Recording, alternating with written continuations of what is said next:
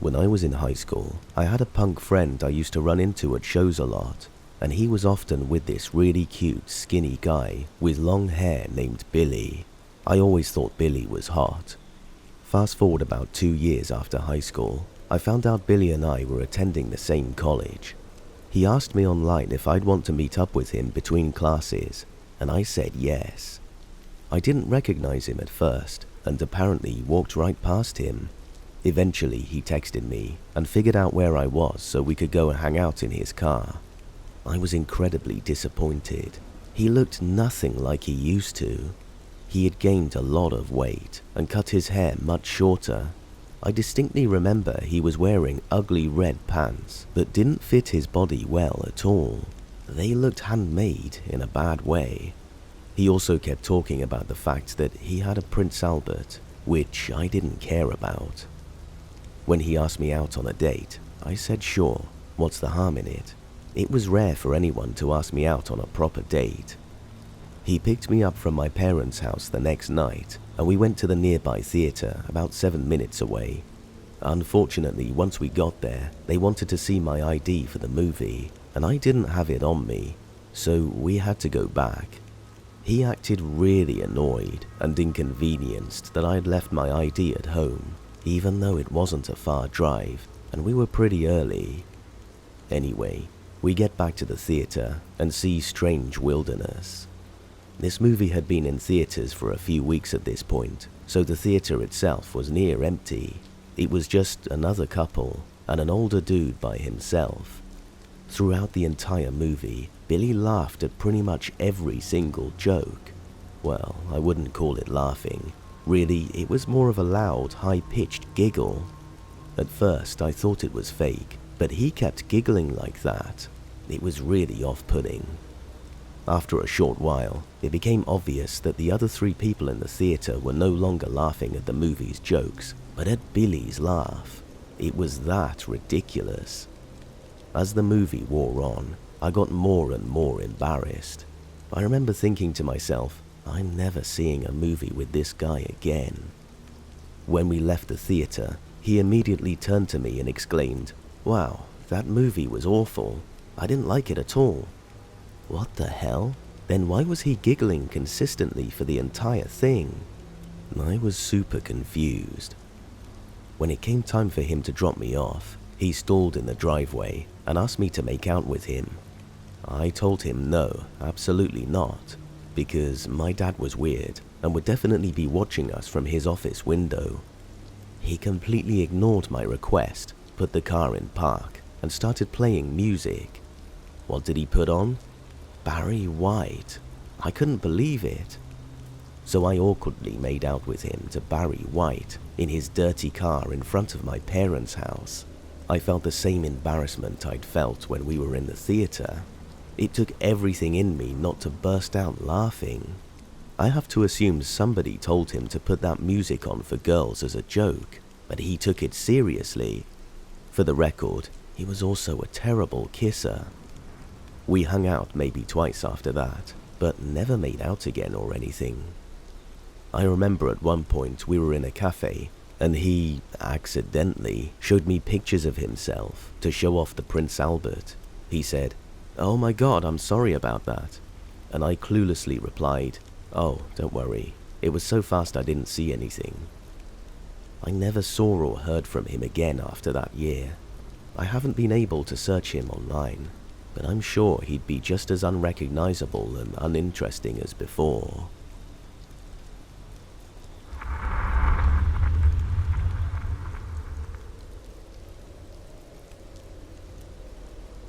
I want to start off by saying we've all done some pretty stupid things in our lives, some more than others. The true story that I'm about to tell you is one of the stupidest things I have ever done, and is something I've since regretted. However, it has also taught me a very valuable lesson.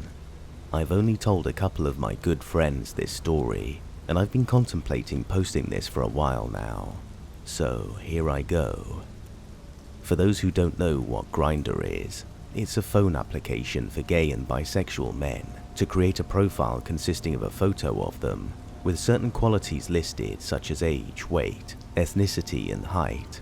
And you can include a header and body of text saying whatever you want, mainly what you're looking for, or a short summary describing yourself. This app is used for other gay and bisexual men for hookups, dates, or friends, or chatting if you don't want to meet any of the guys. It uses your location to determine how far away any other guy who uses the app is. A couple of years ago, I was at school sitting in class. Class was almost over, so we were messing around waiting for the professor to dismiss us. I decided to open up Grindr to check and see if I had any messages. I had one from a guy who was a few miles away. While at least half of the photos are headless torsos, i.e. photos cropped below the neck to show the chest and abdomen, and not the face. This guy's photo was of him from the chest up. The photo was a bit blurry, and he was wearing a plaid shirt and a hat that was pulled to the side. He was a thin-looking guy, had some scruff and greyish-blue eyes, and was standing in a living room with a fireplace behind him and various knickknacks on the fireplace altar. He's cute, I thought. The message started off with a simple "hey" or something of the sort. Nothing that really started off any kind of conversation. I normally messed around with the guys on this app, not taking it very seriously, or just having casual conversations with guys who messaged me. I was feeling especially horny today though, and even though I'm not really one for hooking up, I thought that maybe today would be different, and I could get some action in between classes. I had a good 4 hours to kill, why not have some fun? So we talked for a little bit, him mostly coaxing me to come over.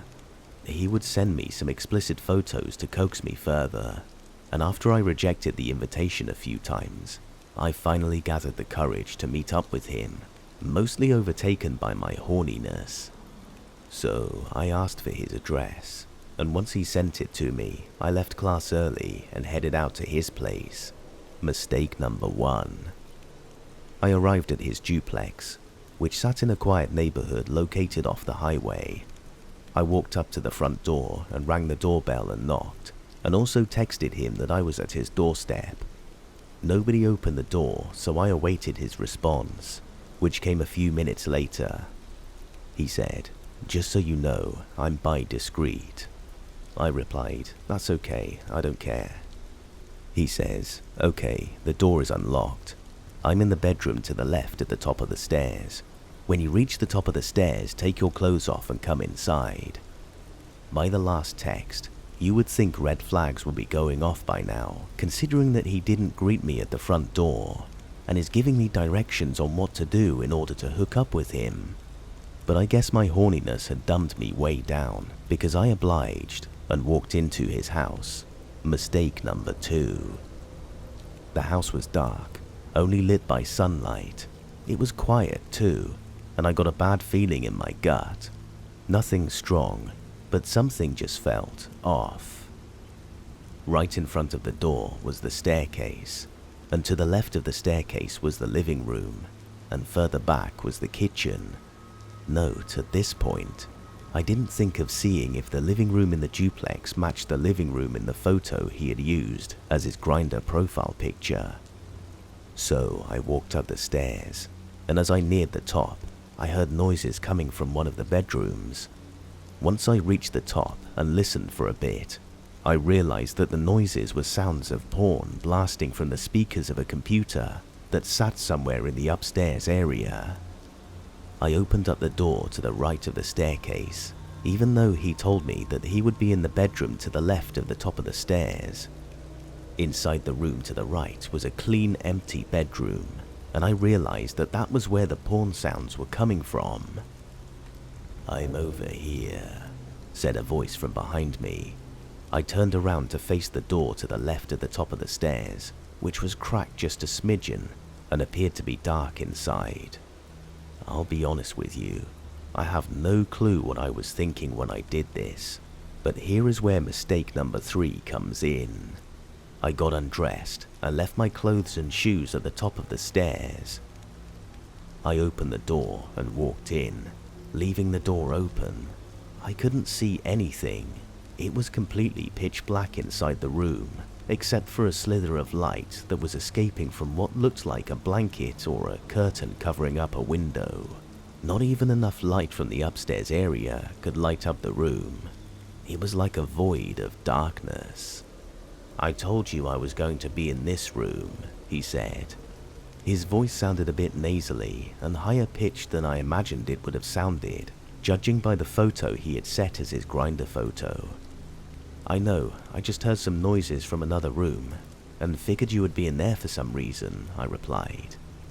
"That's okay. Come on in. Shut the door. I'm in the bed in front of you." "Can I turn on the lights?" "Why?" "So I can see your face." "You've seen it already, though." "I know, but I can't see anything right now, and I just want to make sure your face matches the photo you had on Grindr." "Why are you worrying about that? Just come into bed." That's when my gut instinct finally won over my horniness, and I suddenly became very paranoid. Why wouldn't this guy let me turn on the lights? What was the big deal? "Can I just turn on the lights?" I asked. I'm sure he could tell I was feeling uncomfortable, but he replied, "Why? Why don't we mess around for a little bit, and then we can turn on the lights?" "No, I want to turn the lights on now. This is weird." "I don't see what the big deal is. You've seen what I look like. Just come to bed." I stood there naked, staring into darkness. I don't know who was in it, lying in the bed waiting for me to get in there with him, but my brain was screaming at me to get out. I've never been this scared before, but this was the first time I was feeling it. I honestly didn't know what to do, except for just stand there. Finally, I found the strength to move and to speak and said, "Nah man, this is really sketchy." I stood there a moment longer, staring at where I assumed the guy was, before I turned around and walked out of the room. I left the door open only a crack and threw on my shirt. I started to get my underwear ready to put back on when I heard the sound of the mattress compressing, as if the guy was getting out of the bed. That's when I booked it out of there, fearing that he was getting out of bed to snatch me from the top of the stairs and pull me inside the bedroom. Going commando, I yanked my pants up and ran down the stairs and out of the duplex with my underwear, socks and shoes in my arms, and attempted to keep my pants up because I didn't buckle my belt. If anyone saw me running out of the duplex like that, I don't care what they thought. I jumped in my car and sped out of there as fast as I could. As I drove back to my school, I received a text from the guy. All he sent was a photo. It was the same photo he had set as his Grindr picture. I responded back, telling him that he'd shown me that photo before, but I needed more proof to show that it was really him, and not some photo he found online, or stolen from someone else. I never heard from him after that. To this day, that was still one of the scariest things that ever happened to me. I continue to think about what would have happened if I ended up crawling into bed with that guy. Who knows? It could have been a regular hookup, where we would have sex, and I would go back to my daily business. Or he could have been completely different than the guy in the photo. Or he could have murdered me. I don't know. It just felt like a nightmare. One of those nightmares where it's so dark that you can barely see anything. I couldn't even believe that it was really happening. And now I can't believe that I actually did something like that, and went as far as walking into a stranger's home, getting naked before walking into a pitch black bedroom with some freak whom I still to this day do not know what he looks like.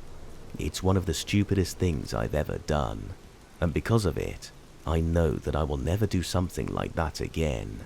I feel embarrassed for it, but sometimes we do pretty stupid things. And being young, we don't really think anything bad could happen. We think we're invincible. And that, everybody, is why I don't use Grindr anymore. Online dating can be pretty scary, but people can be even scarier.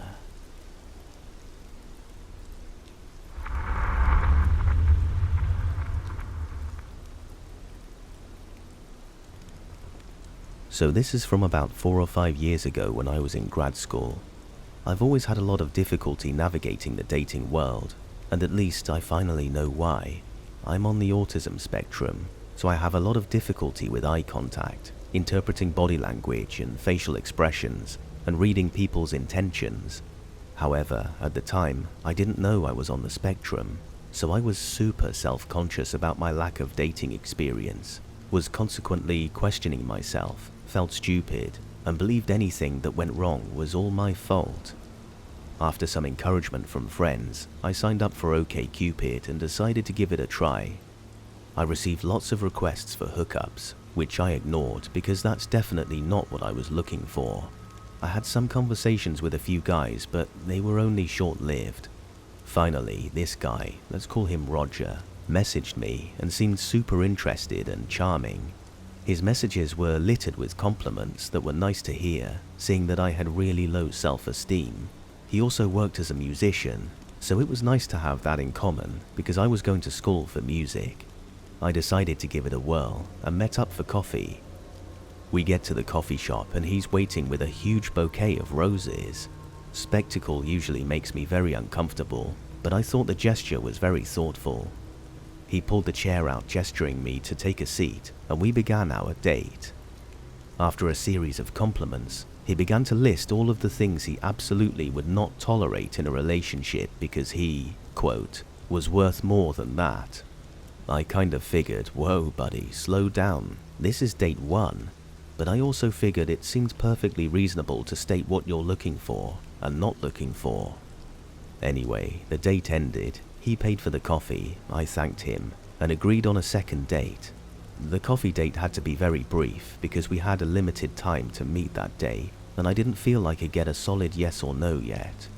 Once I got home, Roger sends me a text saying that he had a great time and that he looks forward to our next date.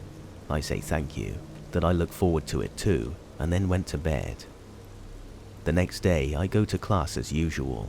I put my phone on silent or turn it off while I'm in class because, well, I'm in class.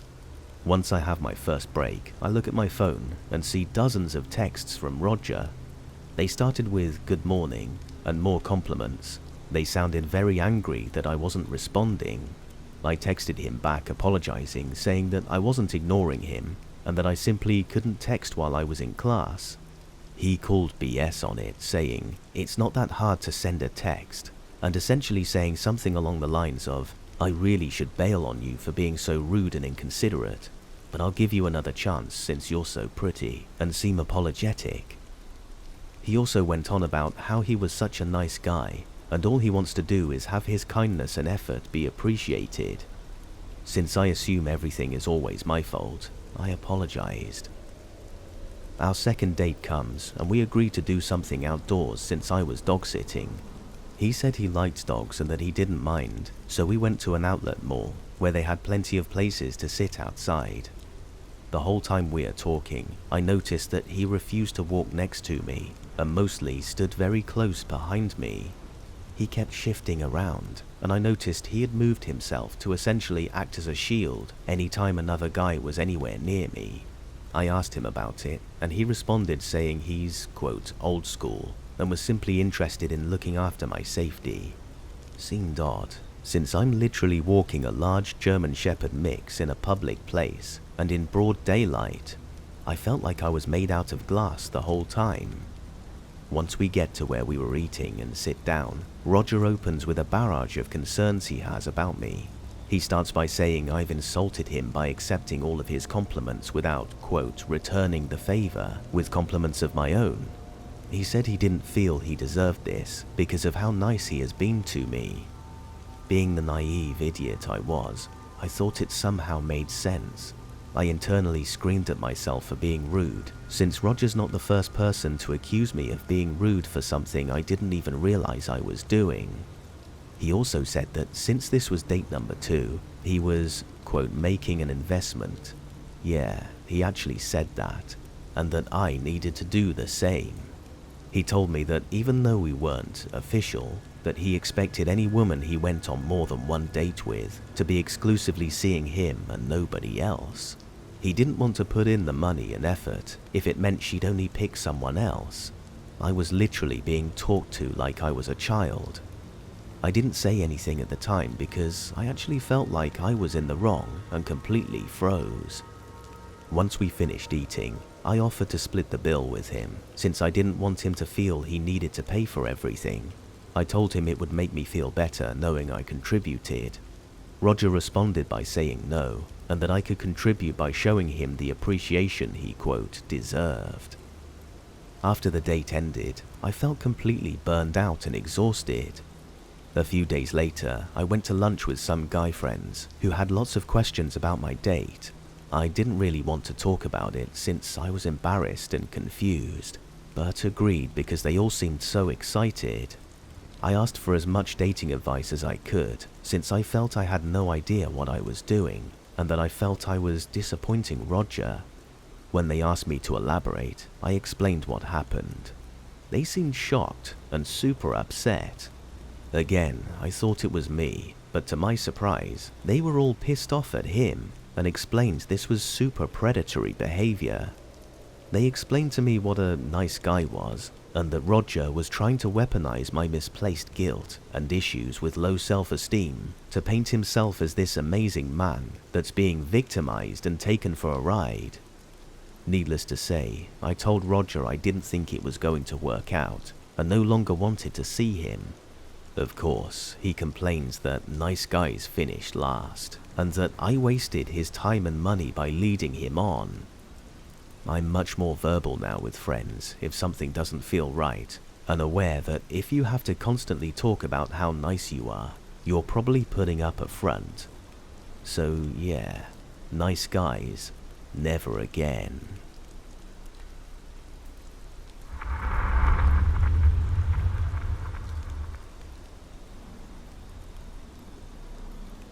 For clarity, I'm a straight 21-year-old female. So in November of 2016, I went through a pretty bad breakup. In October of 2017, I finally felt comfortable enough to try to get back into the dating world. So, like a moron, I got on Tinder. And it wasn't my first rodeo with Tinder, but this was the strangest thing that happened to me. So towards the end of October, I met a guy named Dave on Tinder, and from the looks of it, he was an okay guy. He was funny and a gentleman, didn't ask for anything inappropriate. It seemed fine. We talked for about 2 weeks and set up a time to go on a date. We decided to meet in the city where he had recently moved to, which was about 35 minutes away from my house. I got to the bar to wait for him, and he was 15 minutes late. He walked in and looked relatively similar to his pictures, which I was happy about. And then he opened his mouth to talk, and he had a very strange voice, like he was always on the verge of crying. Very weird. He had some tattoos on his arm, including the all-seeing eye Illuminati symbol. Trying to break the tension, I jokingly said, "Illuminati confirmed. Tell me all your secrets." And he goes, "What the hell are you talking about? Don't say that kind of stuff in public." I just kind of laughed it off, and he was being really weird. He then says, "You know that people who pry are people who die." I just looked at him, and I genuinely did not know how to respond. Fast forward about 20 minutes, and a couple of my friends came to the bar at my urging. I moved to sit on the same side as him, so that my friends could sit on the same side of the booth. The minute I sat down, he puts his hand on my knee and squeezes. And not like, "Oh, I'm interested," but a hard squeeze. I looked at him to stop, and he leans over and whispers, "You have lovely kneecaps." Like, boy, what? By the time my friends left, which was about an hour into the date, he had had 7 beers. It was a Tuesday.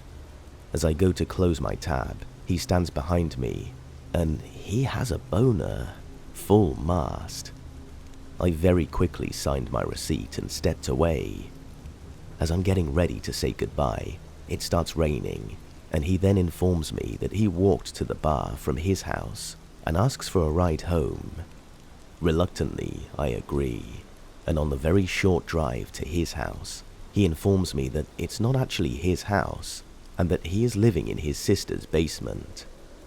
When I finally park in front of his house, he leans over to kiss me, and I try to give him the cheek, and he physically turns my head and puts his entire tongue in my mouth. So I pulled away, and this guy did it again. I finally pulled away and said, "Get the hell out of my car," and he responds with, "I'm in love with you. I knew from the moment I saw your pictures. You have to come inside and meet my sister and her husband." I told him that if he didn't get out of my car, I was calling the police. He then started tearing up and got out of my car. So weird, boner, Illuminati guy. Let's not meet.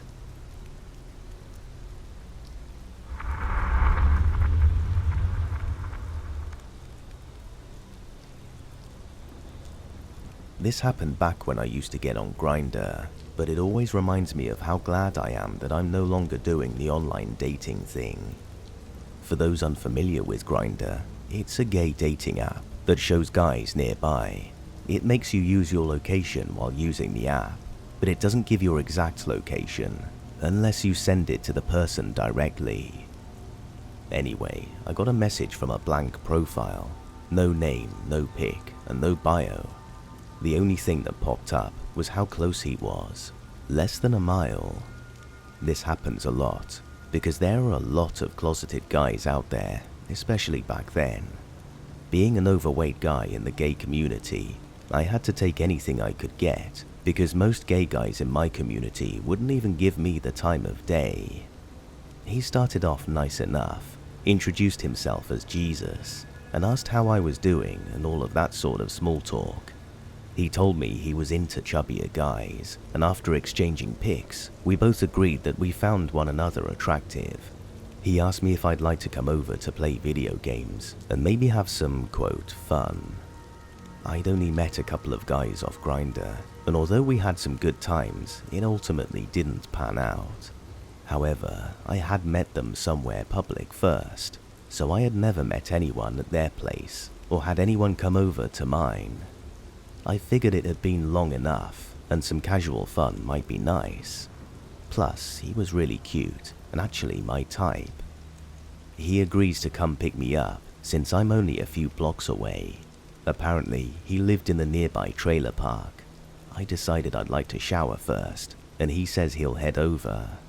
Then, he says he's really embarrassed to ask, but wonders if I'd be willing to lend him $20. Supposedly, he lives with his mum, and she had left for the weekend without any food money for him. I know it was really stupid in hindsight, but I felt really bad for him. I tell him I don't have any cash, but he says that's okay. I can just send him some money through an app. I don't remember what it was called, but it was something like Venmo. I go ahead and send it, take my shower, and then let him know I'm ready. He says he's heading out, but can't find his keys. I said it's okay, I'll just wait outside for him. I hadn't given him my address yet, but I was almost ready to. However, when I asked if he had found them, he never responded. Minutes went by, then an hour.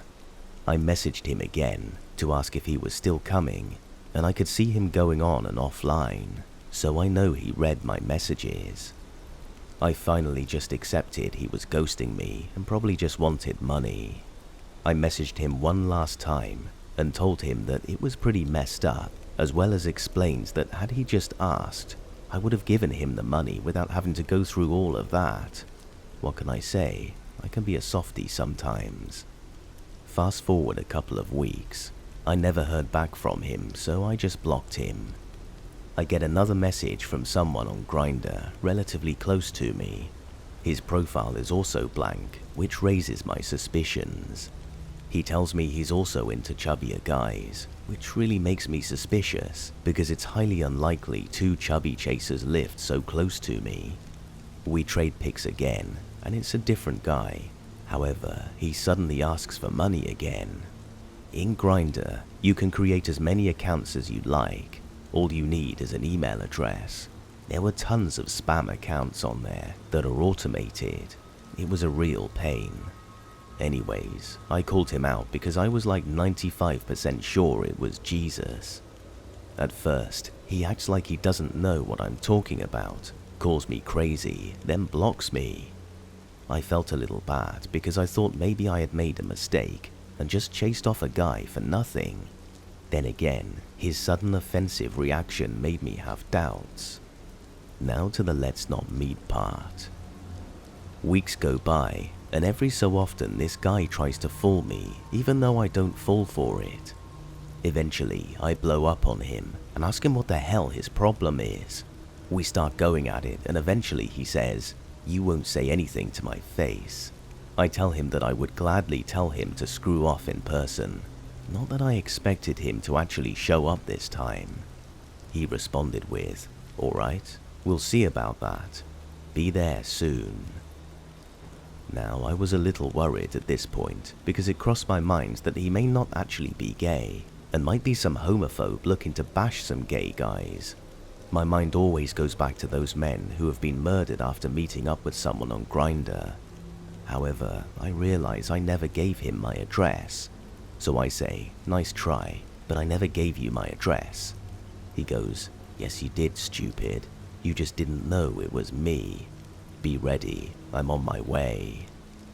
At this point, my anxiety starts setting off, because I did give my address to a guy who had to cancel last minute, but I didn't think anything of it because it was before this Jesus guy had messaged me a second time.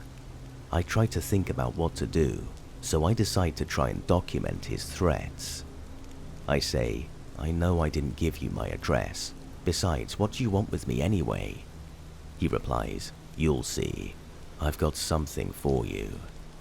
Now, the trailer park is always having police go by there, and my neighborhood is separated from theirs by a bayou. At night, I always heard gunshots out there, so I began to panic. What if he had a gun? What if he brought his friends with him? I say, "Oh yeah, and what's that?" He replies, "Something that'll shut you up." I'm outside. I started freaking out because I couldn't tell if he was just trying to mess with me or if he was really outside.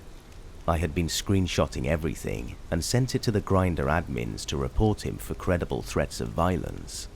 I wasn't sure if I should call the cops or not, because if he was lying, I didn't want to look stupid. Plus, I wasn't sure if it was even enough for them to do anything. I decided to peek outside from my upstairs window and see if I could spot him. If I could get the make and model of his car, maybe I could at least have something to give the cops. I live in the middle of a cul-de-sac, so when I look out the window, I can see all the way to the end of the street. When I looked out, I saw a car I'd never seen before, parked on the side of the road at the end. My heart was pounding because I just knew it was him, but a part of me was hoping it wasn't. I decided I'd test him and see if he was really out there. He messaged, "I'm waiting." I said, "I'm outside already. Where are you?" Of course I wasn't. But if that was him, and he did know my address, then why wouldn't he just park outside my house? Sure enough, I was right. He said, "Yeah, I see you. You're gonna get it now." I replied, "Then give it to me, I'm right here." He said, "Just you wait." I knew he couldn't see me from his car, because I was peeking out discreetly, and our windows have a privacy shade on them, where people can only see a black screen from the outside. A few more minutes go by, and the car takes off. I have a feeling that he used Grindr to triangulate the area where my neighborhood was, but of course he couldn't find my exact house, because it hadn't been him who I'd given my address to. Grindr later sent me a message saying he'd been banned from the app, and they had contacted the authorities. I never heard anything else after that, so I don't know what became of it. The cops never contacted me if they did pay him a visit, and I never heard from him again. Now, I'm married, so I don't use Grindr anymore, thankfully. Still, it took a while before I was able to sleep soundly after that. I rarely left the house, and when I did, I always made sure his car wasn't around anywhere. In hindsight, he was probably just a stupid kid wanting to troll people. Still, creepy grinder guy. Let's not meet.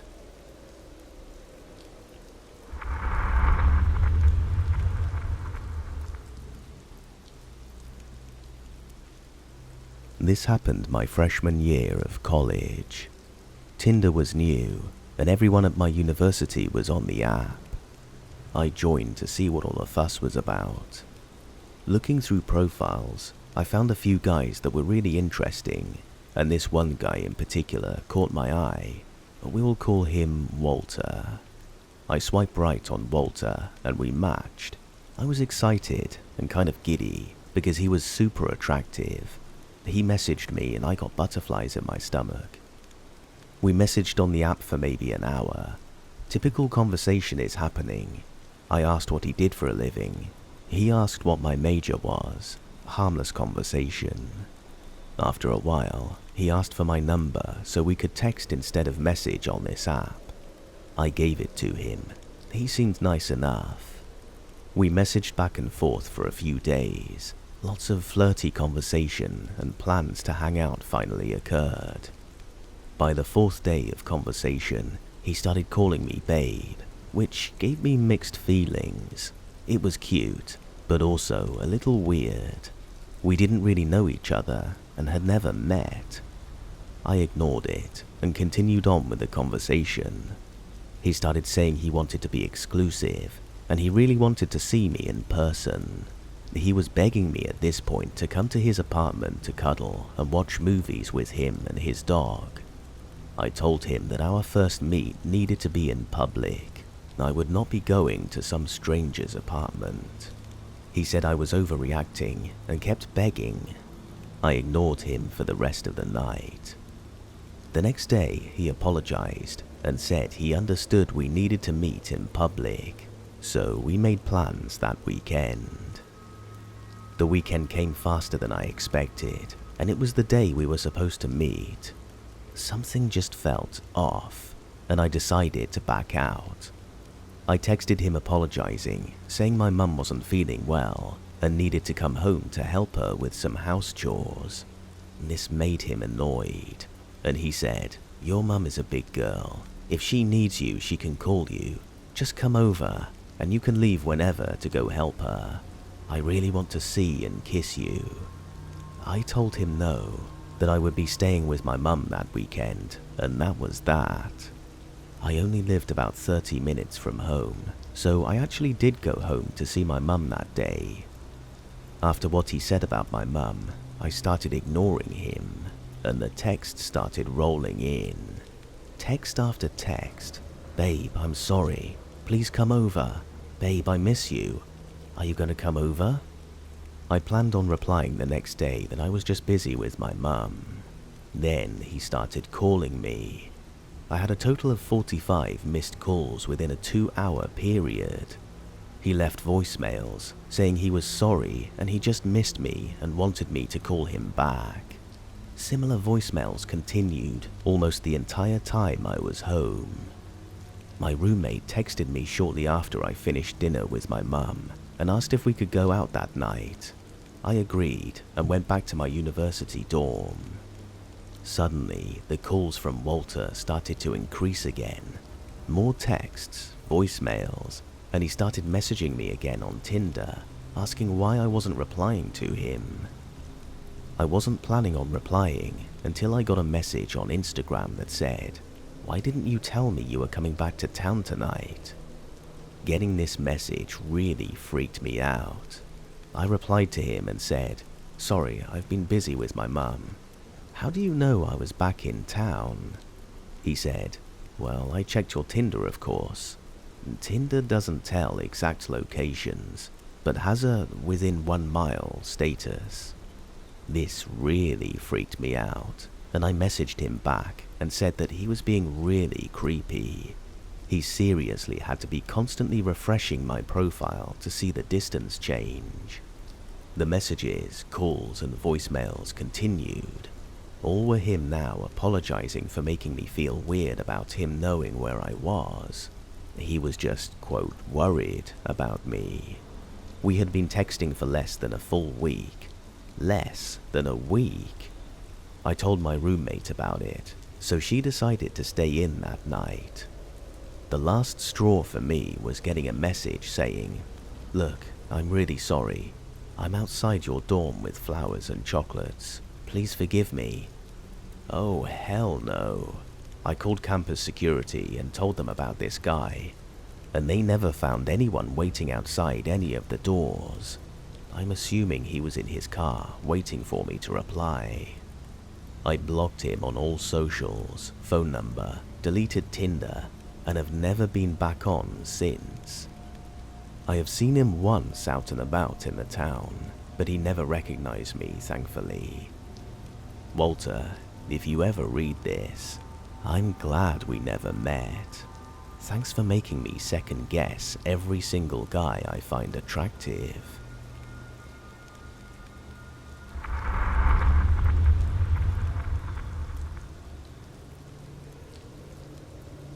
So, a bit of backstory. I'm an 18-year-old female from the UK. This happened in February 2019. I was 16 at the time. I had got set up on a semi-blind date by a mutual friend. We had seen photos of each other, and this guy, we'll call Cameron, he was 19. Cameron seemed like your average guy, maybe a little into video games and anime and stuff, but overall, nothing my friend told me about him seemed off in any way. Our mutual friend gave us each other's numbers, and we texted for a night and decided to meet in a Starbucks the next day, since we were both free. I never like to meet new people this soon, but I figured since Cameron knew my friend, it couldn't possibly go wrong. How mistaken I was.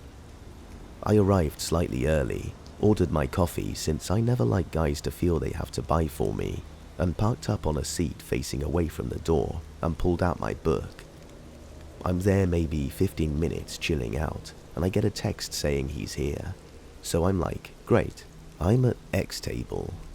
I feel a presence over my shoulder, and I turn my head slightly in acknowledgement. He must be there.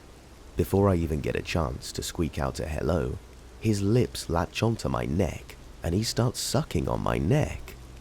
Now, I don't like people touching my neck at the best of times. I'm very ticklish, and I get super uncomfortable by people even touching my neck. A few times I've had massages or hair treatments. I've been holding in my discomfort, and he's latched on my neck like a leech. And this man smells horrendous, kind of like dust personified. I freak out and elbow his chest to get him the hell off me. He lets go and looks at me with this weird expression on his face and laughs in deadpan. It's really, really creepy, and I start to become alarmed. I ask him what the hell that was, and he just says, "I thought it was cute." Cute? In what world? I try to have a conversation. I'm like, okay, first impressions don't mean anything. Let's try to give him a chance. But he's just creepily staring at my chest. He says, "Wow, I didn't know Asians could have boobs like those. I better not let you go." Direct quote. I cannot make this stuff up. I'm distinctly uncomfortable, but don't want to just run away. He's giving me really weird vibes. So I go into the ladies' bathroom and wait for someone else to come in. I ask her to help me get out undetected. I don't want this man following me home or something. She of course agrees, and she lends me her hat and scarf. It's February in the UK after all. And we come out of the bathroom together, and she manages to help sneak me out of the back door of the Starbucks without him noticing me. He asked my friend where I went, but I told my friend to never mention me again. I was too terrified. I know I probably didn't behave well. I should have just told him I was leaving, but I was honestly scared. Dear guy who decided it was appropriate to suck my neck before we had even said hello. Let's not meet again.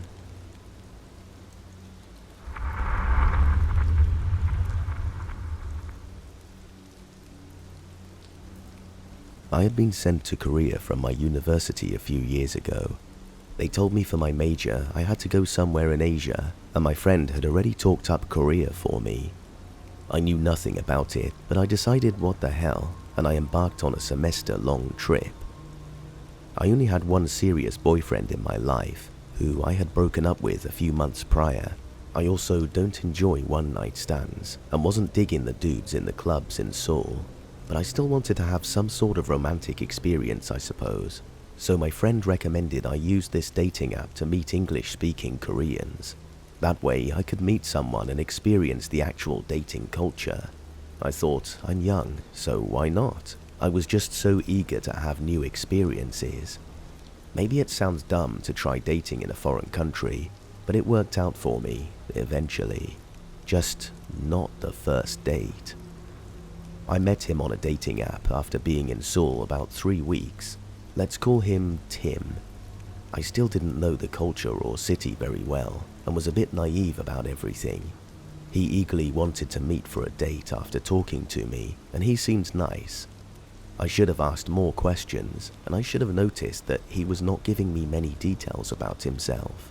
Tim was a guy a bit older than me, but claimed he was a college student. I assumed he had done his military time. All men in Korea have to, and returned to school. We talked for a bit and decided to meet for a tea date near the school I went to. He wanted to come to my dorm originally to pick me up, but I live in an all-women's dorm, and I didn't want him to know exactly where I lived, since we were still strangers. So instead, I insisted we meet at the main town center near the subway. He really didn't like this idea, which looking back was a red flag, but eventually I insisted. The night of the first date, I waited an hour for this guy. He was very late. Tim weirdly claimed he just wanted to make me wait. I thought he was kidding and messaged him with a laughing emoji, assuming he was just lost. When he finally arrived, he was much smaller than I thought, but a man's height has never been something I care about much. He was also quite thin. Maybe I let my guard down because I didn't see him as physically threatening to me, which was a mistake in the end. Right off the bat, he was way too touchy with me, and breathed creepy and heavy. I was so put off with his demeanor. I'm usually very tolerant with different personality types, but this was very odd to me. I had been told that Korean men would be polite and not so touchy on the first date. He was also dressed oddly for a date, like in business attire, but I thought that maybe it's just a Korean thing. Again, I was dumb and knew nothing about the culture. Then, the first thing he said to me was, "You're not as white as I thought you were." I thought this was a translation error, but his English was near perfect. So I asked for clarification, and he said what he meant. "I thought you would be more white. Your skin is darker than I thought, and your eyes aren't as green. Are you pure European?" Now I was officially weirded out. First of all, I'm pretty much as white as you can get. I'm Irish and Scandinavian, so white as hell basically. So the fact he thought I could have possibly been anything whiter was funny. And why did he care in the first place anyway? Why does my skin color matter to this guy, and why is he bringing it up? He said about 3 times on the date how he wished I had greener eyes, and every time I would just reply, "Well, maybe my online photos make me look brighter," and brushed it off as him being nervous and trying to start a conversation. Isn't it funny the dumb excuses you make for people when you're panicked? When we arrived at the tea place, I tried to order a basic raspberry tea, and he stopped me and told me I had to have this special tea. I thought it was weird he wanted to choose my tea for me, but in my head I brushed it off once again. He really insisted I drink only this tea type, and I just agreed. These small details become weirder later. After tea, he asked if we could look around my school. It was dark, but the school is very well lit, so I agreed. And the whole time we walked around, he would randomly stop and grab me for long hugs. At first, I let it happen, but then I stopped him, and he just kept trying. He kept grabbing me and breathing hard into my neck. It was so awkward. He also would not tell me any personal details about himself. I asked so many questions. desperately trying to distract from all of the awkward grabbing and to try and get to know him, but he would never tell me anything. He even said at one point, "I'm a mysterious man," like a movie line. He also said something like, "You look so much like my favorite movie character," and I asked who, but he said that I would have to figure it out on my own. Finally, he said, "I want to go to a dark area," and in my head I screamed, "Hell no." At this point, I wanted the date over fast. He somehow knew there was a wooded area behind my campus, and he said we should go there. I said no, and that I wanted to stay near the main campus and town, but he kept pushing. Finally, he grabbed my arm and started dragging me there. He said, "I can't let anyone see," and I started to panic. I finally ripped my arm away and just demanded we leave to go back to the main road immediately. Looking back, I don't know why I didn't ask for help or get angry. Maybe I was scared, but I just began to book it to the main road, and he followed. We ended up in front of a hospital near the center of town, and I told him it was time for him to go. I made some excuse and he was pleading with me to stay. I told him we could meet the next day, I lied, and that I would message him. I just wanted to get away at this point. I was pretending it was all okay, just so he would leave. Suddenly, I think he's leaning in to kiss me, and I immediately think, oh God, no. But it was so much worse. Instead, I feel pain in my face. It takes me a second to realize he was biting my face. It was like a dog. I had never felt the sensation before. He leaned his head sideways and bit me on my nose and cheek, as hard as he could. I screamed and pushed him away from me.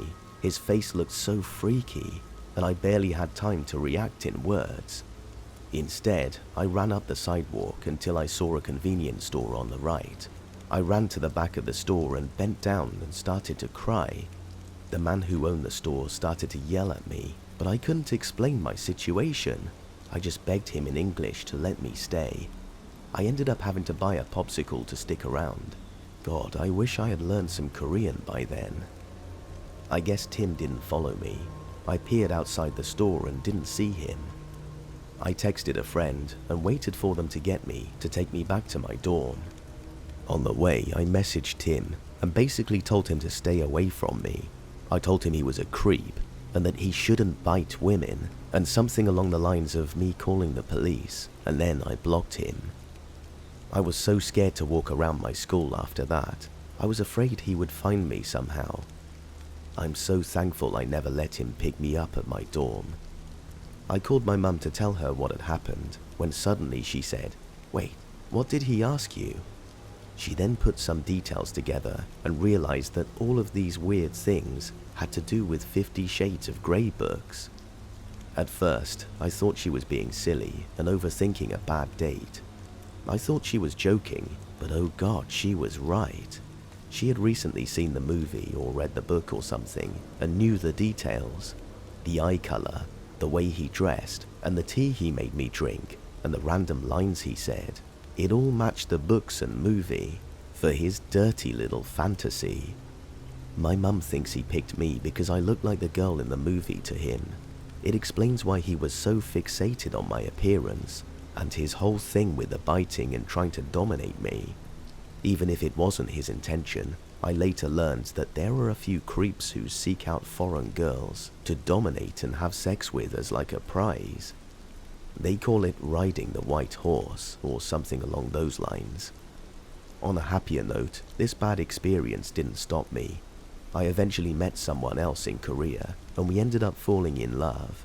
We even did the whole long distance thing, and now I'm living in Korea, studying and working, hoping to marry soon. So I guess I didn't let bad creep guys stop my life. As for Tim, let's not meet. It's been years, but I will still kick your ass if I see you, and I won't have to bite.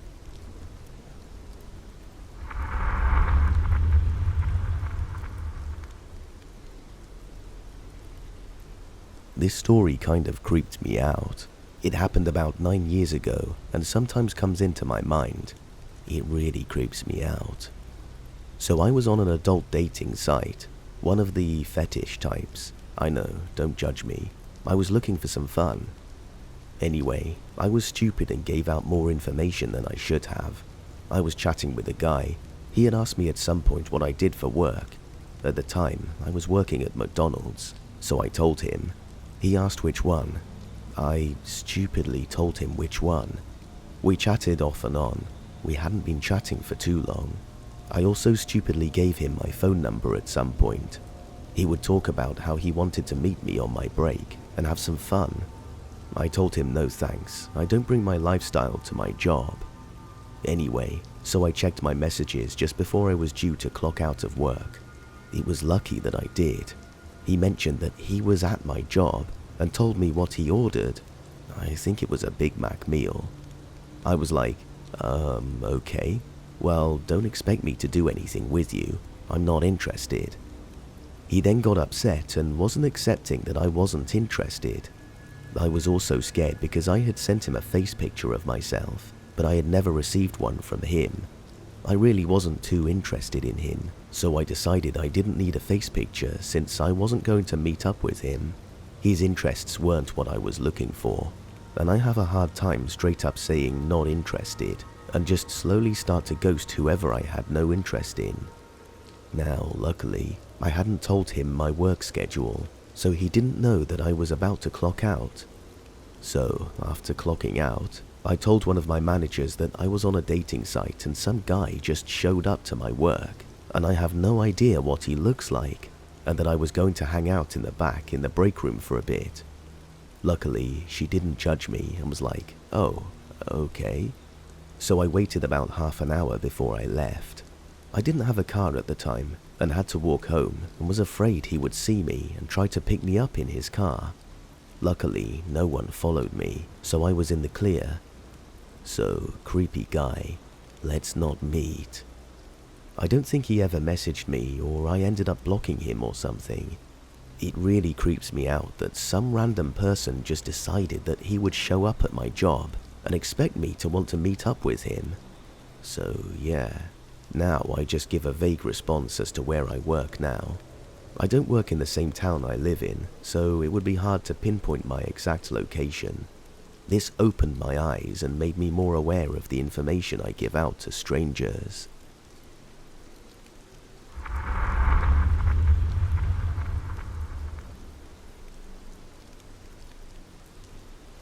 Several years ago, I was in Livingstone in Scotland. I was there for just a few days in a hotel with my sister and brother-in-law. Whilst there, I went on a few dating and hookup sites, just to see who was in the area. I didn't intend to actually meet up with anyone whilst there, as I had put that on my profile. I put on that I was only looking to chat and make friends. On the day before we were due to leave, I went onto one of the hookup apps, Grindr, and I received a message from someone. We got chatting for a while, and he was very charming and sweet and such. A hairdresser from Edinburgh. After a while chatting and getting to know each other, I decided to hit the hay. The following morning, I received a message from him asking if I wanted to meet up for some fun in the bedroom. I told him I couldn't as we were leaving that day, and it had been stated on my profile that I wasn't meeting anyone whilst in Scotland. He started being abusive, saying I was a time waster, and saying sexual things of what he would have done if we had met, but that I wouldn't have a chance, etc. Most of it was just insults and swears. I told him that if he didn't stop, I would report him and block him. He didn't stop, so I did just that. Fast forward to the last couple of years, and the guy I had spoken to was in the news. He had been using the app to lure victims so that he could have sex with them, but tampered with the condoms so that he could purposefully infect them with HIV. He would text message his victims saying, "You got the fever," and other cryptic things. I thanked the lucky stars that I had decided not to meet anyone. His 10 known victims could very easily have been 11 otherwise. Some people are really disgusting. I can't imagine the hell the victims are going through, with so much stigma still around these days. So many people will assume that they were idiots in the bedroom and not used protection, though that's far from it.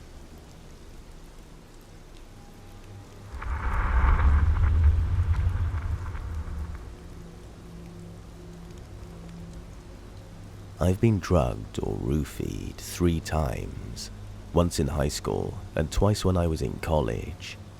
I'm no stranger to the effects of being drugged, and it's a brutal experience as a whole.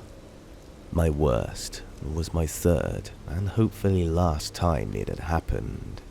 At the time, about 22 years old and finishing up college, I was using Tinder and had met a few folks where we chatted, had gone on some dates, etc. Nothing very serious. This one week, I had 2 dates planned. The first one on Friday with an EMT for sushi and drinks downtown, and the second for the state fair on Sunday.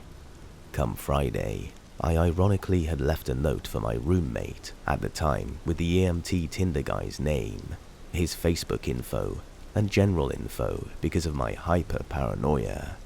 Yay, anxiety. He picked me up and we went to sushi. First and foremost, this had to be one of the rudest men I have ever encountered. I'm talking yelling at waitstaff, complaining about everything, and being a general dickhole. I was completely over any interest in this guy almost immediately, but I didn't want to be the date and dash kind of person. So I finished my beverage, excused myself to the bathroom, and mass texted some friends about meeting up downtown so they could save me from him. A pair of friends already planning on going out agreed to meet me out. In the meantime, Arshat and I go to the local bar to grab a beer. I buy us 2 bottles, trying to be smart here having been roofied before, and don't let it leave my sight. We drink them, and he, of course, continues to be a douche. Eventually he asks if we want to go somewhere else. Since it was encroaching on the time my friends say they were going to be downtown to meet me, I suggested the spot where the save was going down. We walk there, burning off the 2.5 rolls of sushi I ate, 1 margarita at dinner, and 1 beer from the last place. Now keep in mind that I am not a lightweight, and at 5'8" and 135 pounds, I can handle my drinks, especially when spread out over the course of about 3 hours or so. We arrive at the bar and get another drink. I ordered a vodka soda, and he has a beer. We go and sit at a table, positioned so I can see the front door, and sort of chat as I'm trying not to say anything rude to him for the way he treated people at the restaurant and more. Finally, my friends walk in, and I jump up and call their names. Thank God they're here. They walk over and say hey. I half introduce them to Tinder Turd, and step aside from the table to give them a hug, and ask them to come with me to the bathroom.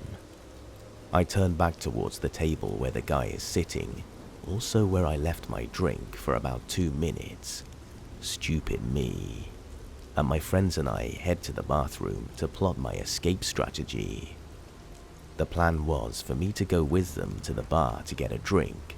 We would get lost in the crowd, they'd get a beer, and we would head out. It worked just like that too. I finished my drink and walked out the bathroom with them to the bar. They chugged a beer and we went to walk out of sight of this guy. At this point, it's like my world started spinning. I feel really loopy and know something isn't right. But I push myself to get out of the bar, thinking maybe it's just my anxiety of me ditching this douche or bad sushi. Here's a hint, it wasn't sushi. As we walked out of the bar, I start blacking out. I vaguely remember my arms around my friends as we walked down the sidewalk towards another bar. It seems the guy saw us leaving and he comes running out after us. He proceeds to ask my friends if I'm okay. Where am I going? Can he come with? Are they sure I'm okay? Maybe he should take me home. They tell him to bugger off. and we are going to see a friend of ours down the block." He leaves. The next thing I remember is waking up the next day, vomit everywhere, no clothes, bruises all over my body, wicked headache. Apparently, the rest of my night went like this. I kept telling my friends I think I was drugged, but they thought I was saying I think I'm drunk. They didn't know how much I drank before I met up with them. At one bar during the night with them, I collapsed in the middle of the dance floor and security had to carry me out. My friends opted not to call an ambulance and sat me at a table just outside the bar. They called the last person I texted, which was the second Tinder date I was supposed to have later in the week. As a side note, we had not met yet, and said that I was really messed up and asked if he could come get me and take me home. He did. Apparently in the car home, I was quiet and just kept saying I was drugged and asking who he was. When we arrived at my house, I opened the door and began to projectile vomit all over the parking lot. Being that I could hardly stand, I was collapsing onto the pavement, slamming into cars, etc. The to-be Tinder date that brought me home picked me up and carried me into my house. He got me up to my room and I crawled into the bathroom, making a lot of noise and more. My roommate came out of her room and was like, "Who the hell are you? What the hell did you do to her?" and is ripping this dude who genuinely did a really good thing by helping me when he didn't even know me. He explains to her what he knew, what I kept telling him, and that he was just helping me get home safe. He really was. At that point, there is a loud as hell thud in the bathroom. Apparently, I had stripped down into my undies, threw up all over, attempted to throw up again, slipped on my bath mat, slammed my head onto the side porcelain bathtub, leading to a very bad concussion. My roommate is freaking out, trying to tie up my vomit-soaked hair, while I am trying to crawl out of the bathroom, and I'm crying, etc. The Tinder guy who helped me leaves. I wake up in shock, covered in bruises and vomit with a massive concussion. What sucks the most is that after my friends convinced me to go to the ER to get myself looked at, the doctor gave me a massive lecture on mixing drugs with alcohol. There was a plethora of anti-anxiety meds and sedatives in my system with some alcohol, of which I had been prescribed some of the anxiety meds in the past, but knew better than to drink and take them, because they can seriously mess you up. And I had not taken them in a month plus, because I never got a new prescription.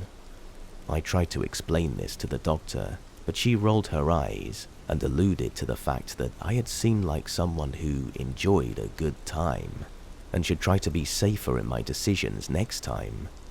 Screw that doctor. To top it off, I had posted a Snapchat story of my friends with me in the hospital, with a shout out to their support in being there with me for hours, and the creepy ass doucher Tinder guy messages me going, "Why are you in the hospital? Did something happen last night? I hope you don't think I did anything to you." Yeah, okay buddy, that doesn't scream guilty as hell. Anyway, creepy Tinder drugging douche. Let's sure as hell not meet again. As for the Tinder guy who brought me home, there was no great love story that came from it. He was a nice guy, but there was no real chemistry. And I definitely feel like my friends weren't the best of friends in that situation.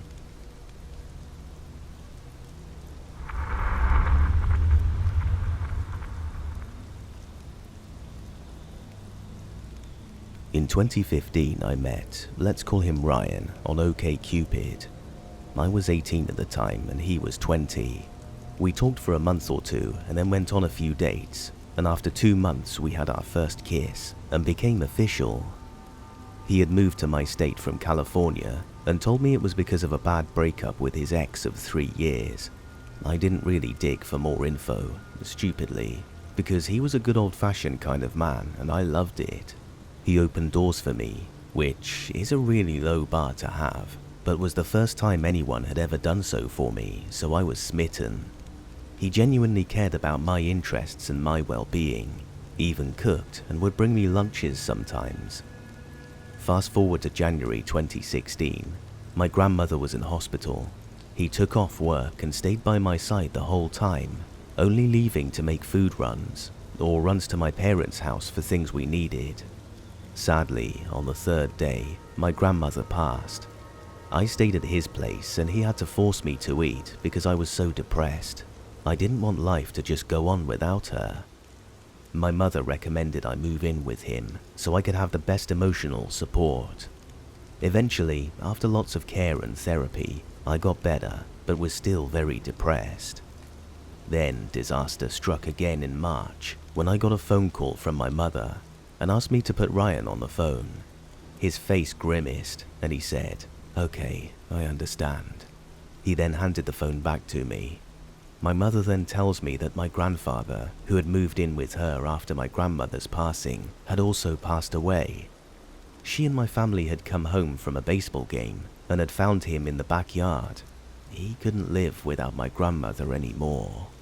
Ryan had gotten very close to my grandfather in the few months between my grandmother's passing, and my grandfather would often call him to spend time together because he wasn't used to being alone, so the death took a toll on him as well. A few months passed and everything just felt grey. Then May came up. Ryan took me to where we had our first date and he proposed. I thought that I had won the jackpot, and now instead of always feeling down, I had something to look forward to. But here is where things got weird. After he put a ring on it, his attitude changed. He started not liking me hanging with my friends without him. He became jealous of my male co-workers, insisting that they like me, and constantly tried to get me to quit. Just possessive in general. Things only got worse when I had a false positive pregnancy test. We were so excited to be expecting a baby. We had already had names picked out and decided to put the wedding on hold and put our focus on buying a house for our now growing family. A week or so later, I just felt off. Something told me to take another pregnancy test, which came back negative. I was understandably heartbroken, but when I told Ryan, his reaction was worse. He started crying uncontrollably, but eventually that sadness turned to anger. He started accusing me of losing the baby on purpose because I, quote, didn't love him, and then switched gears to, quote, "You must be cheating on me and lost the baby to hide it." Looking back, I don't know why I stayed, but at the time, I figured it was just him grieving.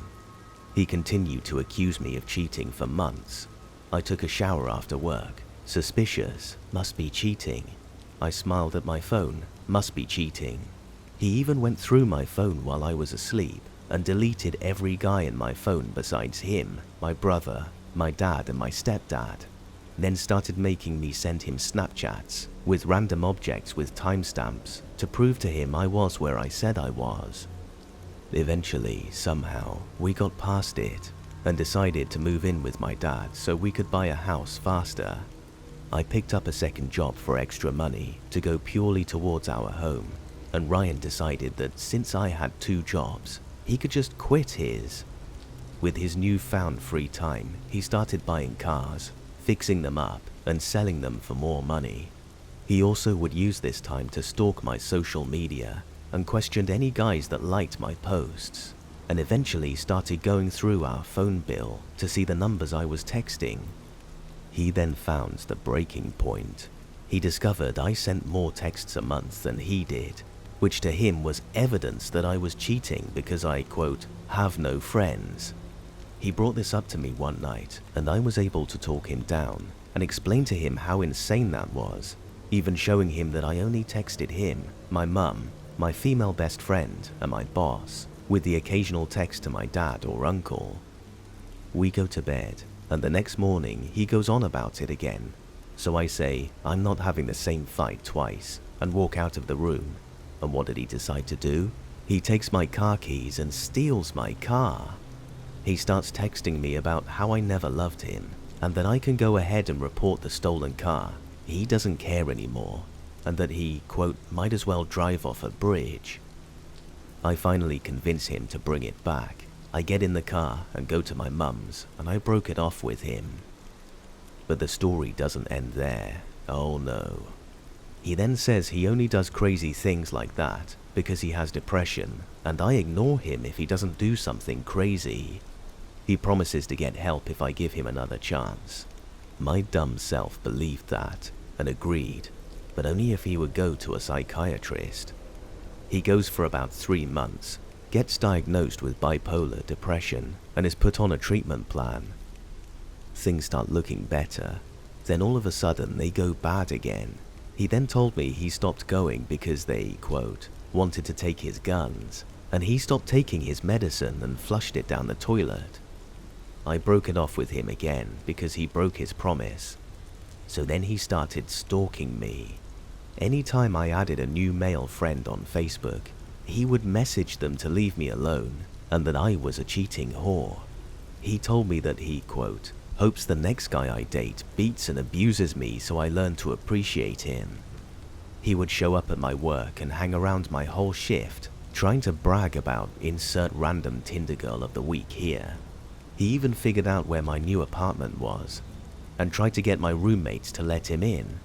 He started giving out my contact info to creepy dudes saying I was easy. I eventually cut all contact after he started dating a 19-year-old girl. He was 22 by then and had bragged about just using her to pay his bills as he didn't work, and had told me he had gotten her pregnant but would, quote, leave her in a heartbeat for me. After I had cut contact, I did a little research and found the reason he left California. He stabbed his ex's brother for trying to defend her after she broke up with him. He also had several domestic abuse charges in 3 other states and had a few warrants for his arrest. I ended up feeling bad and sending the girl a screenshot of the info I had found, as well as the text he sent me about using her.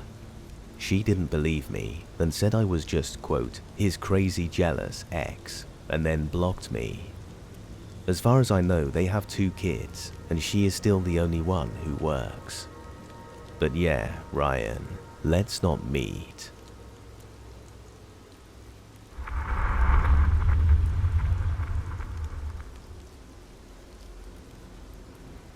I met a guy from Hinge, and we decided to meet up at a bar on Saturday afternoon. For context, the guy was in his mid-20s, super tall Caucasian. I'm in my early 20s, short Asian American female. If you know the vibes of this already. We both live in a metropolitan city. First impression, he wore a winter coat with sandals, no socks, toenails looked razor sharp. Yellow flag, but whatever. The beginning of the date was okay. He wasn't making eye contact, and I assumed he was shy or nervous. Then it got progressively worse. At one point, he asked me if I watched anime. I said no, because I don't. And he was like, "Why don't you watch anime?" That's the cue to leave, because the convo was starting to get even more embarrassing, and there were people nearby that could hear. He said we could go to another bar, his place, or a park, and I chose the park. He really wanted to go to his place so bad, and kept trying to convince me by saying he has the best view of the city. I was like, I really want to go to the park. He finally agreed, and then he wanted to go back to his place to grab stuff for the park. When we got up to leave the bar, I noticed he was tugging my jacket and lightly nudging me forwards as we were walking out. He paid for the tab. We walked to his place, and he wants to link arms, and we couldn't because of the awkward height difference. He wanted to hold hands instead, so we held hands as he walked to his place.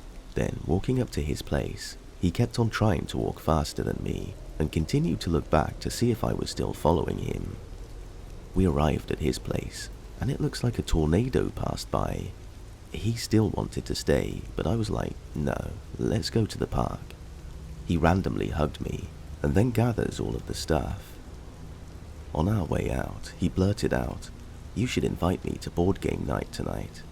After the bar, I said that I have plans with my friends afterwards. And again, I was being way too nice, and I was like, sure. He then kept going back and forth, and he kept saying, just kidding, I don't want to impose, but I do want to go. And it was a whole thing. Then we stopped by a 7-Eleven, and on the way, he randomly kissed my hand. Before entering the store, he complained about having to put a mask on. He's complained a couple of times at the bar earlier. Red flag.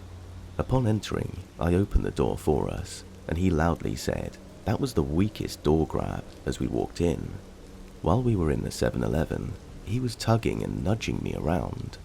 He asked me if I wanted beer. I said no, I don't drink beer. He proceeded to put beer in the tote bag he brought. He also put a bag of chips in his bag, and I grab a bag of candy, and we head to the register.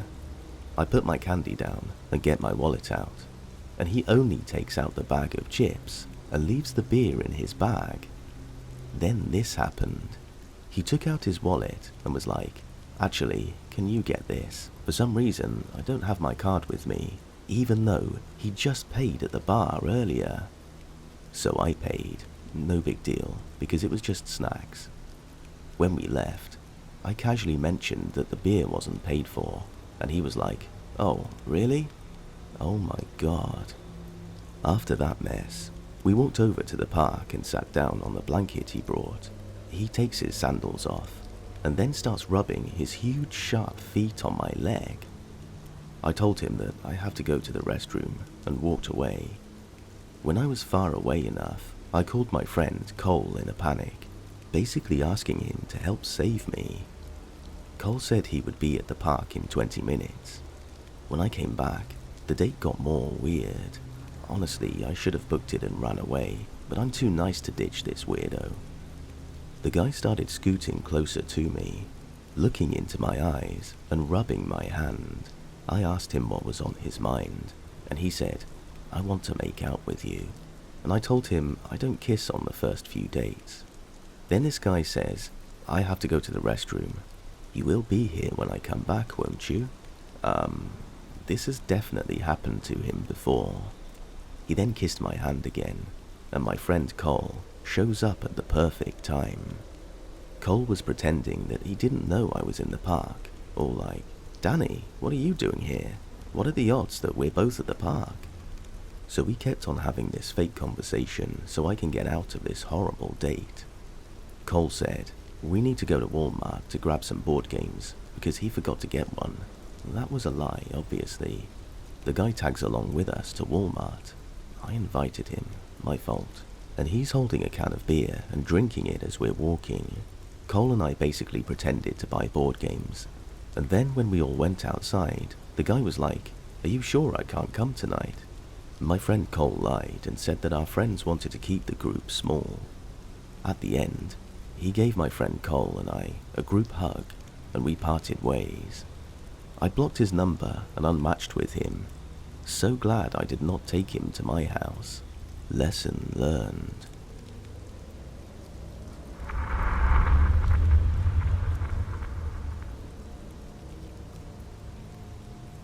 So I had just gotten out of a pretty significant relationship with someone of 4 years, nearly engaged and moving in together, etc., when things fell apart.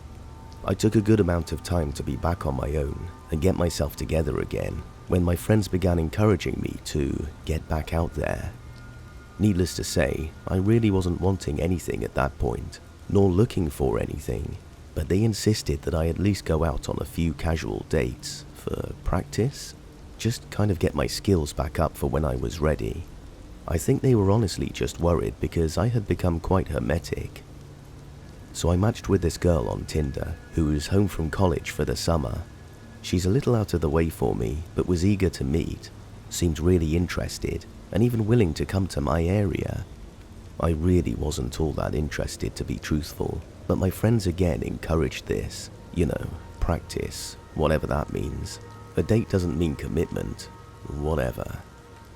I want to be very clear though, that I was extremely honest and explicit with this girl that I was not looking for anything serious, or anything really at all. I was very forthcoming that I had gotten out of something serious and I was just kind of encouraged to explore. She persisted and still wanted to meet, so we agreed a casual lunch in a sports bar that week. I get there, and she was already waiting for me. I was a bit put off by how much different she looked than her pictures. Not trying to sound shallow or anything, but her pics from Tinder easily had to be at least 5 years old, which I verified based on tattoos she had in person versus the ones she didn't have in pics, so I was a bit thrown off by that. I wasn't the least bit attracted to her, but I was there just to have new experiences anyway, right? Not a big deal. I felt so bad because the entire time she seemed so incredibly shy and awkward. I even noticed her hand shaking when she reached for her glass, which I found endearing, honestly. So I did my best to get her talking and tried to help her feel more relaxed. I asked her questions and chatted about things I figured you chat about on dates. Where she grew up, music she's into, school she goes to, major, etc.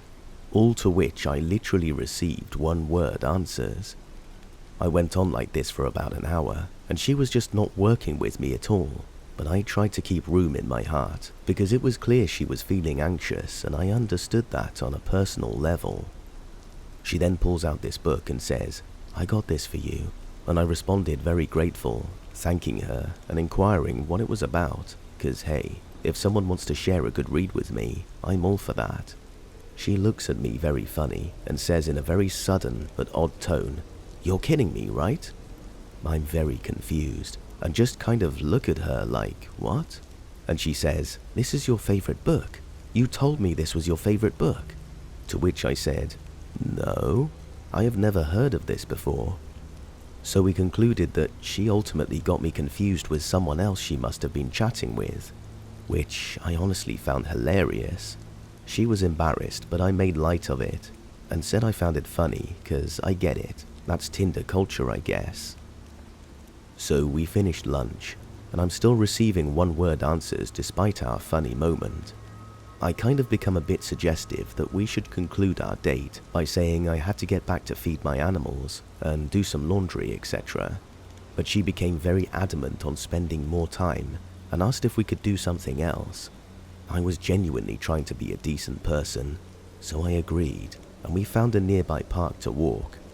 That's when things get weird. We sat on a park bench. Mind you, it's broad daylight. There are kids playing basketball nearby, folks jogging past. I start trying to make conversation yet again, but still get one-word answers. Then, out of seemingly nowhere, without a warning whatsoever, she proceeds to just kiss me really aggressively, tongue and everything. I was honestly just so shocked I stood there frozen, not knowing what the hell to do. I had this timid, shy woman, who's really not made much conversation with me at all, who was so nervous she was visibly shaking, just turn into a freaking bear and mauled my face in like 0.6 seconds. My head was spinning with confusion and anxiety, and I swear it felt like it lasted forever, and I just prayed for it to stop. I was so put off, and honestly a bit afraid to do or say anything. Like, what do you even do in that situation? I was just hoping she'd pick up my very obvious body language, that I wasn't reciprocating anything at all. I was completely unprepared for a situation like this. Then, some really nasty guy walks by, gawking and catcalling, and literally begins propositioning us into a three-way. And I'm just like, what the hell is going on? I need to get out of here. I was 1,000 different types of uncomfortable. I end up managing to ward him off after telling him very politely no, more than several times. All the while, she's just laughing, and I'm thinking, who even are you? Dr. Jekyll and Mr. Hyde over here, what the hell? So he leaves, and I'm insisting now that I need to leave and go home. She seems to ignore what I'm saying, and gets very close to my face again and says, "Did you like that? Do you think I'm sexy? Do you want me?" When I tell you I was so nervous. I was like, I really need to get home. And she was like, "Can I come?" And I told her very firmly no. She literally tried to persuade me to let her come back to my place with me, and I had to say no more than 3 times. So finally, I'm home, and frankly, just kind of shaken up. I hadn't really done the dating thing in quite a long time, but that felt very abnormal. She then texts me after she gets home and asks me out on a second date, and I was very kind, despite being made incredibly uncomfortable, and I told her that I thought she was a very cool chick and I had a nice time, which was a lie, but I did not feel anything there, and reminded her I wasn't looking for anything. She then text-bombed me a bunch of crazy stuff, saying how she didn't understand and was so confused that she thought I was into her and that things went great. I did not respond to any of these because now she's continuing to cross my boundaries. I said what I needed to say, and I thought I was being decent by at least being honest. So the texts continued, and I figured they're going to eventually stop because it was a first date. How can someone be so upset over something not reciprocated on the first date? They did not stop. By the texts, you would have thought we had ended a 2-year relationship. She then began calling, at which point I had to block her number. So, Nightmare Tinder girl, please, for the love of everything, let's never, ever meet again.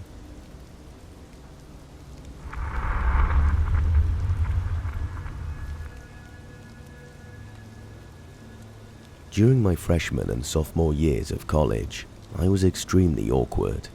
I had just come out as gay, I didn't have any friends, and I was just generally kind of a big wad of social anxiety. Given that I didn't even have the social skills to make a few friends, it's not surprising that I also had literally no dating experience. Miraculously, over the course of the summer after sophomore year, I just sort of grew out of the worst of my awkwardness. I lost some weight, had a lot more confidence in myself, and my self-esteem was a lot higher. I came back to school in August, and by October, I had a decent number of genuine friends and had gotten a lot more involved on campus. With my newfound confidence, I decided I'd finally download Grindr and see what it was like. For anyone who doesn't know, Grindr is a gay dating app that is primarily used for finding sex and hookups. Despite my recent improvement in the social arena, I was still extremely naive and inexperienced when it came to dating and sex. I set up my Grindr profile with a nice picture of myself and a very brief bio, and I got a lot of messages very quickly after my picture got approved. One guy who messaged me had a display name of Dad4Young, which should have been my first red flag, but I was oblivious. I should note that I look really young for my age. At the time, I was 21, but I was regularly asked by campus staff which middle or high school I was visiting from. I'm 23 now, and I still get asked if I want a kids menu if I go to a restaurant with my parents. It's bad. So, Dad4Young sends me a message that just says, "What's up?" And I reply without looking at his profile first. I then look at his profile and noticed he's 54. His only profile text says, "The younger, the better." And his only picture was a zoomed-in, blurry picture of a hairy chest, so I was very much not interested. But given my inexperience, I thought ignoring him would be horribly rude, so I kept responding. I don't totally remember what we talked about in the maybe 10 or so messages we exchanged at first, but I do remember him saying I was, quote, very cute. I know I told him I was a student, but I never mentioned which college I went to. It's important to note that I went to college in a major city, and there's a bunch of different colleges, all within like 5 miles of each other, and a few more within 10 miles of those. Sort of like Tinder, Grindr works based off your location, but much more precisely. If you're less than a mile or two away from someone who is online, it will display the distance in feet. I noticed that Dad4Young's profile said he was 25 miles away, which I thought was kind of far. Dad4Young started getting more sexual in his chats and asked if I wanted to meet up. I felt bad flat out denying him since he had been polite, so I told him I didn't want to meet up with him that day, but that we could keep chatting if he wanted. I figured that was that, and when I checked 20 minutes later, it said he was offline. Nope. About 30 minutes after that, I get another message from him. Hey, I got wild hair and thought I'd take a nice drive out to insert my college, smiley face. I had not told him the name of my college, nor had I told him what part of town I was in. I looked at his profile, and it now said he was 3 miles away. I started freaking out a little and didn't reply to his messages in hopes that he'd just leave me alone. It's important to note that my college has a couple of different campus chunks, separated by a few miles. I lived on the upperclassmen residential campus, which was about 2 miles from the main campus, where all of the other student dorms and main buildings are. I felt like if he was going to try to find me, he'd go to the main campus first, then maybe give up, since not many outside people know about the separate residential campus. 5 or 6 minutes later, I get another message that says something like, "No fun if you don't play along. What building on the residential campus are you in?" His profile now says he's a little over 2,500 feet away, and every time I reopen his profile, the distance would decrease. I was fully losing it at this point, since the guy had the ability to pinpoint my location. So I shut my blinds, turned off my light, and locked my window, the door to the apartment, and my bedroom door. My roommate was also out of town on some kind of retreat, so it was just me. He kept sending me messages every minute or so, saying things like, "Gonna find you," and "Here I come," smiley face, and other supremely creepy stuff like that. The distance was down to 310 feet, and I was completely losing my mind and didn't know what to do, so I just deleted my whole profile.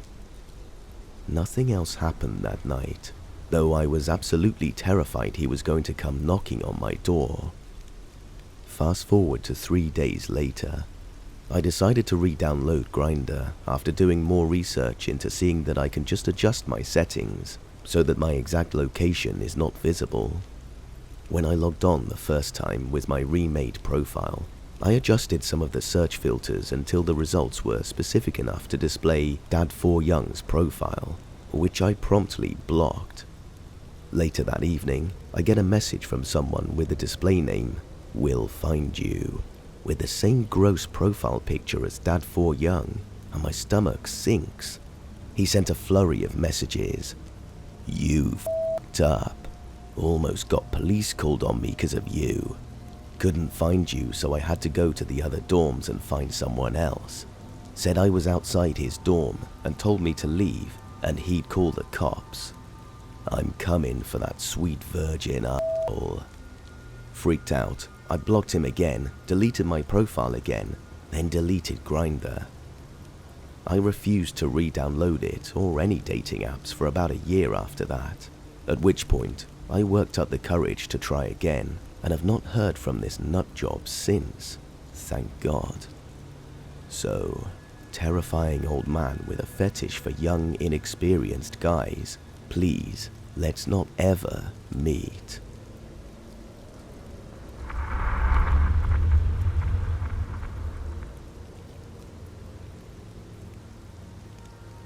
This happened a few years ago.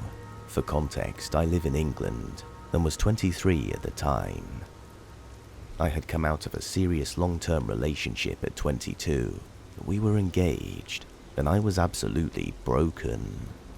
I didn't even think about dating, nor any type of love interest for a year at least. I had worked hard to put myself back together, and had seen a counselor, and was taking anti-anxiety medication. I decided it was time to try and find love again. Big mistake. I met a man on Tinder. He was 27 and seemed really friendly, and we hit it off really quickly. We went on a fair few dates and saw each other for a few months. As the relationship progressed, he started to get more and more possessive. He didn't like the fact I had my own job, my own friends, my own house, or a close relationship with my family. I knew I had to cut things off quickly, because it was becoming too much to handle. and I could not survive another horrific relationship experience. I was already too fragile.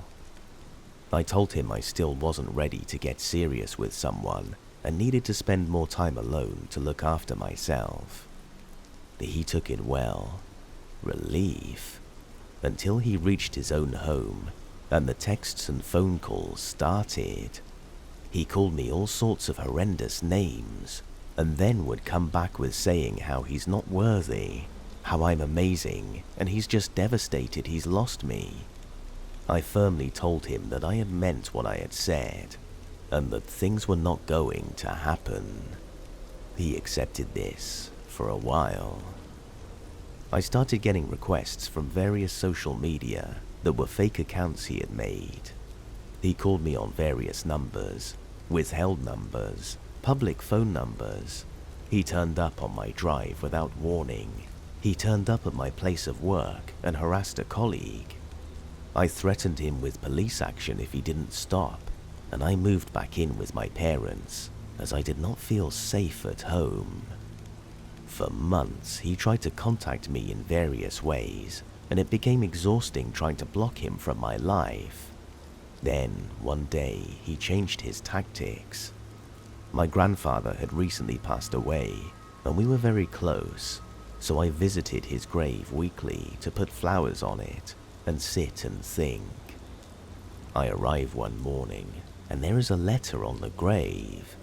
Only myself and my family ever go there, so I was very confused. It was from Jay, begging me to take him back, telling me he would do anything and everything to make me his again. It got threatening towards the end, and I decided enough was enough. This had gone too far. I contacted the police and had a restraining order put in place. I'm still not confident enough to date again. I guess you could say I'm scared. Anyway, graveside caller, please let's never meet again, and stay away from my family.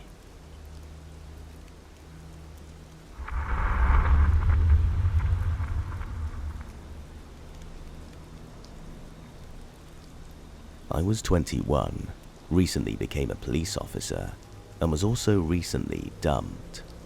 So my friend suggested Tinder. As a 21-year-old new cop, I had the I'm invincible and I can take on anyone mentality. I matched with a very good-looking, out-of-my-league female. We chatted and eventually set up a date to meet. She said she had a great open field to look at stars and hang out, and we could meet up at her house. So the night came. I was excited, and she seemed to be excited when I picked her up. She guided me to the field, and it looked nice. Open space, woods, deer, and other wildlife. In the field, I noticed really dim headlights in the distance. Then, the van started driving towards us, and pulled up in front of us, almost close enough to block me from going forward. I told her to stay in the car, and I'll go say hi. I grabbed the flashlight I had in the car, and walked up. In the front driver's side of the van, there was a decently sized man. I asked him what was going on, and if he could back his car up a little bit. He was very polite, said he was the owner of the property, and said he didn't mean to scare us. He told me he's been having trouble with poachers on his property, and just wanted to make sure we weren't going to be shooting at anything. I assured him we only came to look at the stars and wildlife. He was perfectly okay with that, told me to have a nice date, and drove away. After that, the girl was texting non-stop. Around an hour later, I saw headlights coming towards us again, this time at a really fast pace. We hopped in the car, and I moved it into a defensive position. The same man came close enough to almost hit my car. She hopped out of the car at this point and ran towards the guy. I immediately knew I was screwed. I got out and gave them commands to back up and get on the ground. Neither of them complied, obviously. He then proceeded to charge me and knock me to the ground. Luckily, I was able to get him onto his back and get up. I saw my date grab a metal pipe from the van. She told me they had a gun and to give them my money and truck and I won't get hurt. Of course, with my I'm invincible mentality, I said no. She started to cry and saying they didn't want to hurt me. He then started to go back towards the car. At that point, I told them I was a cop, drew my concealed firearm, and told them to lay on the ground. After a moment of shock from all of us, they complied. Off duty, I carry a G19. On duty, we all carry G22s. I almost didn't carry that night. I was 50-50. I'm damn sure glad I did now. I was able to call 911, tell them my name and badge number. I had two at gunpoint. I needed backup immediately. I gave our dispatcher the best directions I could to this field. While on the phone, they both fled. Again, stupid new cop young guy mentality. I chased them. I took off after the man who ran into the woods around the field. I chased him for maybe 30 seconds and heard 3 loud pops and saw muzzle flash. My invincible mentality went right out the window. I ran like hell back towards my car and peeled the hell out of there. I went back to the area I picked her up in, called dispatch again, and had officers come to that location. Of course, the first officers to pull up was my sergeant and my field training officer. Of course, they were both completely understanding and didn't give me any crap about it at all. The most used words were dumbass and stupid rookie. When we went back to the house, it turned out it wasn't her house. She had been waiting outside for me to come get her. The homeowner didn't know her at all. I hopped in their car and went towards the field. Luckily, the van was still there. I was told to shut my mouth and only come out if they started getting shot at. They cleared the area and started looking in the van. They found meth right in the center console and searched the car. What scared me the most was when my field training officer and sergeant came back to the patrol car, let me out and told me to come look in the back of the van. Both of them were pale, looked horrified. I went to the back of the van, where there were several knives, duct tape, lighter fluid, a decent amount of rifle ammunition, handcuffs, and what looked to be dried blood. In the front seat passenger side, we found an AR-15 style rifle and 2 more handguns. We called for immediate backup and detectives. When they investigated the blood, it turned out it wasn't blood. The plates had been stolen and the van was a reported stolen. I was almost completely ready to get stabbed or shot. After I fought with the guy, I remembered what my FTO had made me repeat 1,000,000 times. If it comes down to it, one of us is going home, and it's going to be me. After that, all that training came in. The scariest part for me was how close I was to having to pull the trigger. For a second, I had aimed him up, finger on the trigger, and pulling the slack out. Having to kill someone is my worst fear in the world. They were eventually apprehended. Our CSI techs were able to lift prints and find out he had a previous record and arrests for robbery and was a registered sex offender. He immediately gave up his partner. There were about 1,000,000 red flags I should have caught on to, especially being trained to catch red flags. It's embarrassing to admit, but I definitely was not thinking with the right head. I heard secluded space, stargazing, and I was sold. I also had the I'm 10 feet tall, bulletproof kind of mentality, which went right out the window after that. It was creepy and scary as hell, but I'm glad it happened. It definitely squashed that invincible mentality. I still get hell about the whole encounter, but luckily no one got hurt. I will never use online dating again. ever.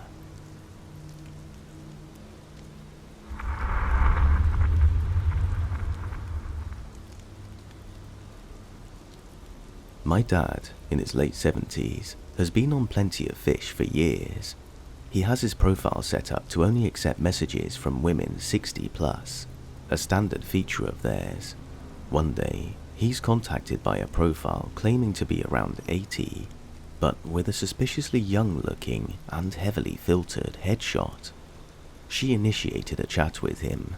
I later acquired screenshots to prove this. He immediately asked her about the picture mismatch, and she told him, "Oh yeah, I'm actually 23, but my friend created this account for me with a wrong birth date, and it won't let me change it now." My dad told her he wasn't necessarily interested in seeing a 23-year-old, but would be willing to chat. During the conversation, she worked in that she was on hard times after having moved several states to escape an abusive ex, blah blah, and her car was currently out of commission, so she could really use a ride to the cell phone store to sort out something on her account. He told her, although he lives over an hour away, he's occasionally in the neighborhood for a call, and would be happy to if and when. About a week later, he got a call in that area, so he messaged her.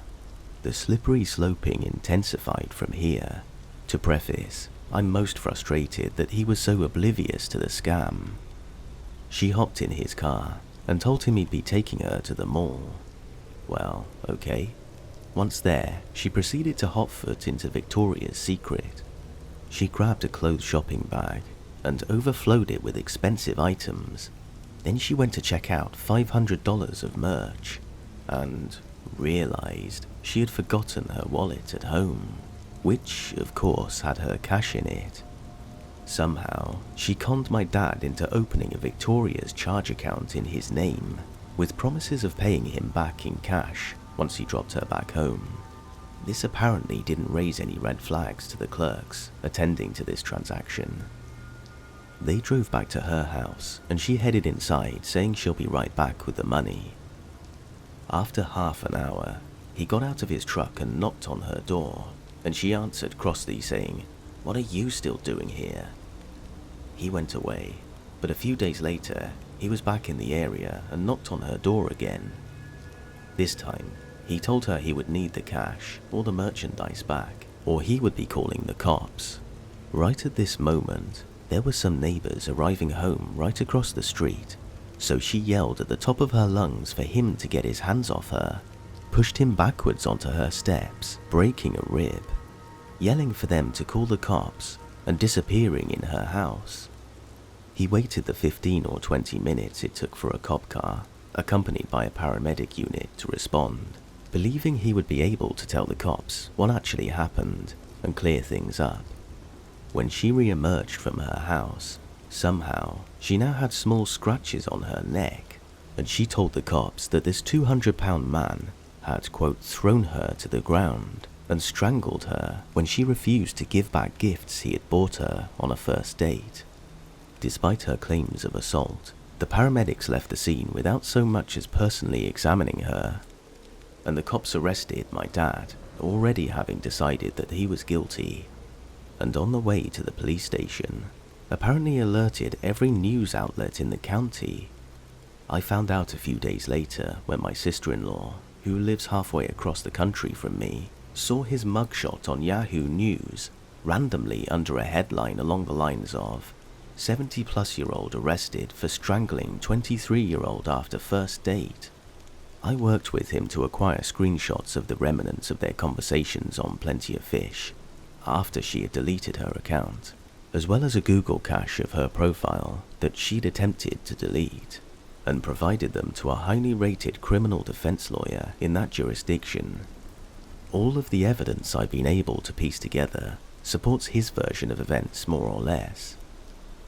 The prosecution decided not to proceed with their case against him, as the victim told them that she would not appear in court to testify against him unless they paid her. That's right. About 6 months later, we stumbled on a new Plenty of Fish profile with her same profile picture, a different username, and a different but similarly wrong age.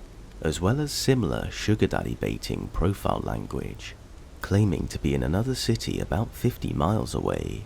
I assume she moves up and down the East Coast, squatting at houses of acquaintances, pulling the same scam on a long string of gullible men, but didn't count on one of them actually calling her on her scam. My dad has his faults for sure, but he is the type of person who would go out of his way to give a ride to a complete stranger just because they were hard up. I sorely regret that this bit him on the arse so hard.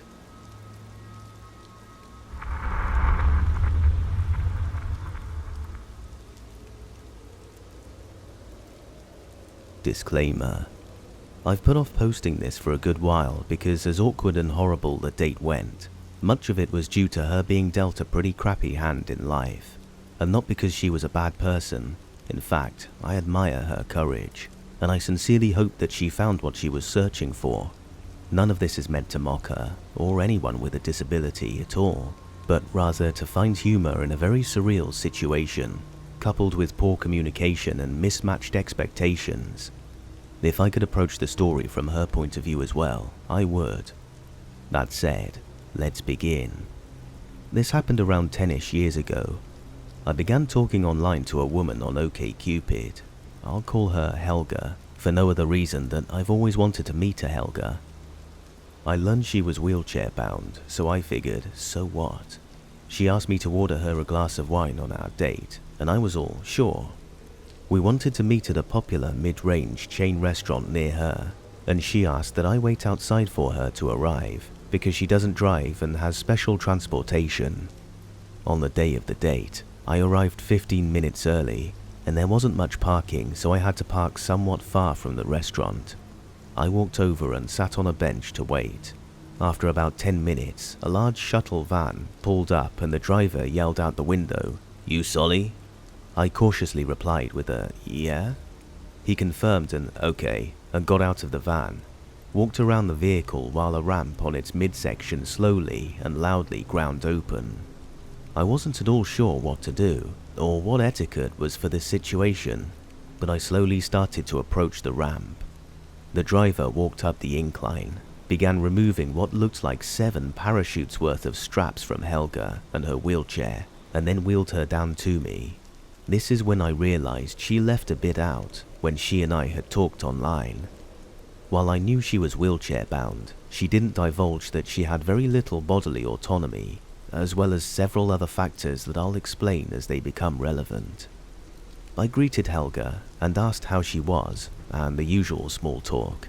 The van driver yelled he'll be back in 2 hours and left.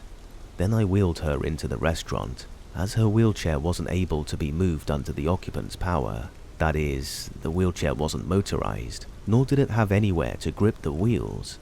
I mention this because, as a result, I had to pathetically and clumsily maneuver the both of us through the restaurant's large double doors, preferably without letting a door hit Helga or her chair. All the while, a family stared blankly at us, and oh so kindly did nothing to help. Throughout the awkward attempt to enter the building, Helga said absolutely nothing. But hey, we made it in. Smooth sailing from here on, right? The restaurant's greeter welcomed us and escorted us to a table that was located fairly central to the dining area. This is relevant. The greeter removed one of the table's chairs, and I pushed Helga into place, and awkwardly tried to help her take her coat and gloves off. Helga didn't touch the menu, so I asked if I could help at all. She didn't reply, or even acknowledge that I spoke. After an awkward pause, I opened my menu and started looking through it. I should say that I'm one of those people who easily gets analysis paralysis, and I take an annoyingly long time to decide most anything. Anyway, while I was browsing the menu, I noticed Helga staring at me, the pressure from which added to my indecisiveness. The server came by and asked if we would like a drink to start out with. Helga abruptly and loudly exclaimed, "I want the chicken Caesar salad." This caught me off guard. Rattled, I panic ordered some type of salad and soda water. That's when I remembered she wanted me to get her a glass of wine. I asked Helga which wine she'd like, but she didn't respond, so I ordered the first one listed. I know nothing about wine selection. The server told us that she'll be right back with our drinks, and as she walked away, she gave me this "I'm so sorry" look. Helga began asking me a few questions, stuff about school and jobs and interests. I answered and she nodded along. The thing is, nearly every question I asked her went completely ignored. I was completely at a loss on what to do. Helga told me she needed to call her mum and let her know that I showed up and that she was safe. She took out her mum's phone. She didn't have one of her own and began attempting to dial with it. With her limited coordination though, the process of dialing continued for at least a minute. All the while, I was asking her if I could help her dial, or dial for her, while holding up my cell phone and frantically gesturing towards it. I was ignored again, but thankfully she managed to get a hold of her mum and talk to her for maybe 20 seconds. Our drinks and food arrived, and I noticed that Helga is struggling to grasp the narrow stem of the wine flute. I asked Helga if she would like a different cup for the wine, but she didn't reply. About 10 seconds of her struggling went by, then she asked me to ask the server for a different cup. I called over the server when she next passed by and requested a children's cup and a straw. My thinking was that if she does knock it over, at least there won't be any glass shards to worry about. Again, as the server walked away, she gave me a look similar to what someone might give a puppy that they want to adopt, but just aren't able to at the time. Once our meals arrived, I felt relieved to have something to distract from the awkwardness. While crunching away at some former foliage, I looked up from my plate and noticed Helga maneuvering her fork over her salad, much the same way as one of those coin-operated prize games with the claw that hovers above a bunch of cheap crap before being lowered to a selected target, which, in this case, is salad greens. I totally understood that this method of fork handling was the result of her poor coordination, but that didn't make it any less surreal. Helga began asking me a series of personal questions. I believe she was trying to assess my intentions. Still though, she wouldn't acknowledge anything I asked as I attempted to engage her in this conversation. I also had to consciously force myself to eat as slowly as possible because I didn't want to finish my salad 30 minutes before she did. Then it happened. Well, the first of a series of "it's" happened. First though, let me restate that our table was pretty central in the room. Additionally, Helga had little control over the volume of her voice. At least that's how it seemed. She loudly proclaimed something along the lines of, "I'm hoping to find someone to get me pregnant, and if my mum and I like you, you could be the one to do that." I was completely unprepared for that statement, and all I could do was nervously dart my eyes around the room. I noticed I wasn't alone in being shocked into silence. It felt like the whole of the room was suddenly homed in to the two of us, with looks of nervous disbelief and judgment. I remember the many faces in the room giving Helga and me their undivided attention, far more vividly than I remember my own response to her. I'm pretty sure I awkwardly chuckled and went back to my salad. That moment felt longer than the date itself. After about an hour passed, Helga finally finished her salad. I briefly excused myself to the restroom to splash water on my face and collect myself. I returned to the table, paid, and asked Helga if there was anywhere nearby she wanted to go. She didn't respond. After pointlessly repeating myself a few times, I gave up and walked over to her to help her put her gloves and coat on. And then, over went the wine as Helga's arm lifted to go into her coat sleeve. I kid you not, the wine spilled nowhere except on her lap. Crap, I thought, as I grabbed the cup as quickly as I could so that it wouldn't completely empty onto her. "It's okay," I said in what I imagined was a completely non-reassuring, panicky tone. My gaze darted about looking for some sort of solution.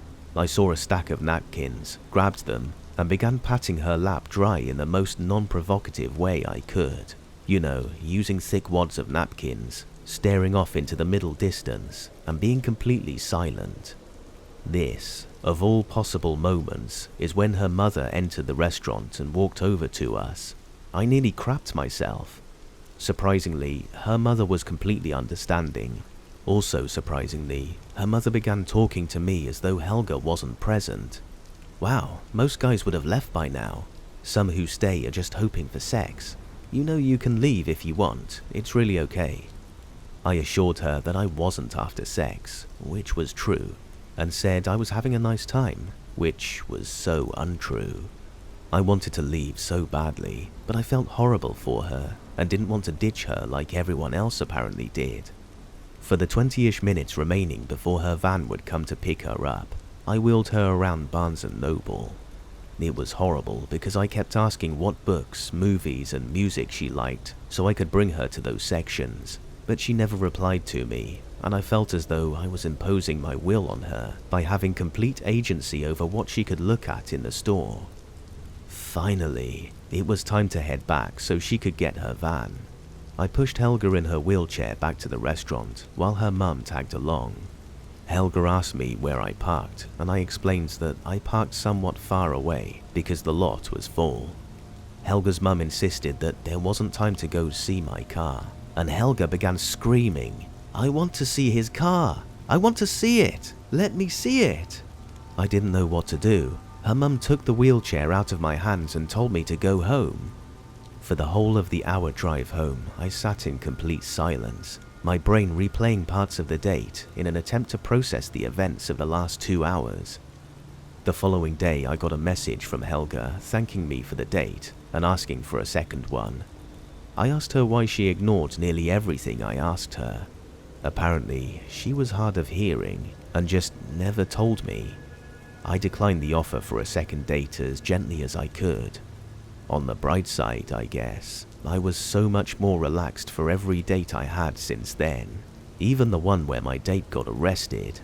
After all, how could a date possibly go worse?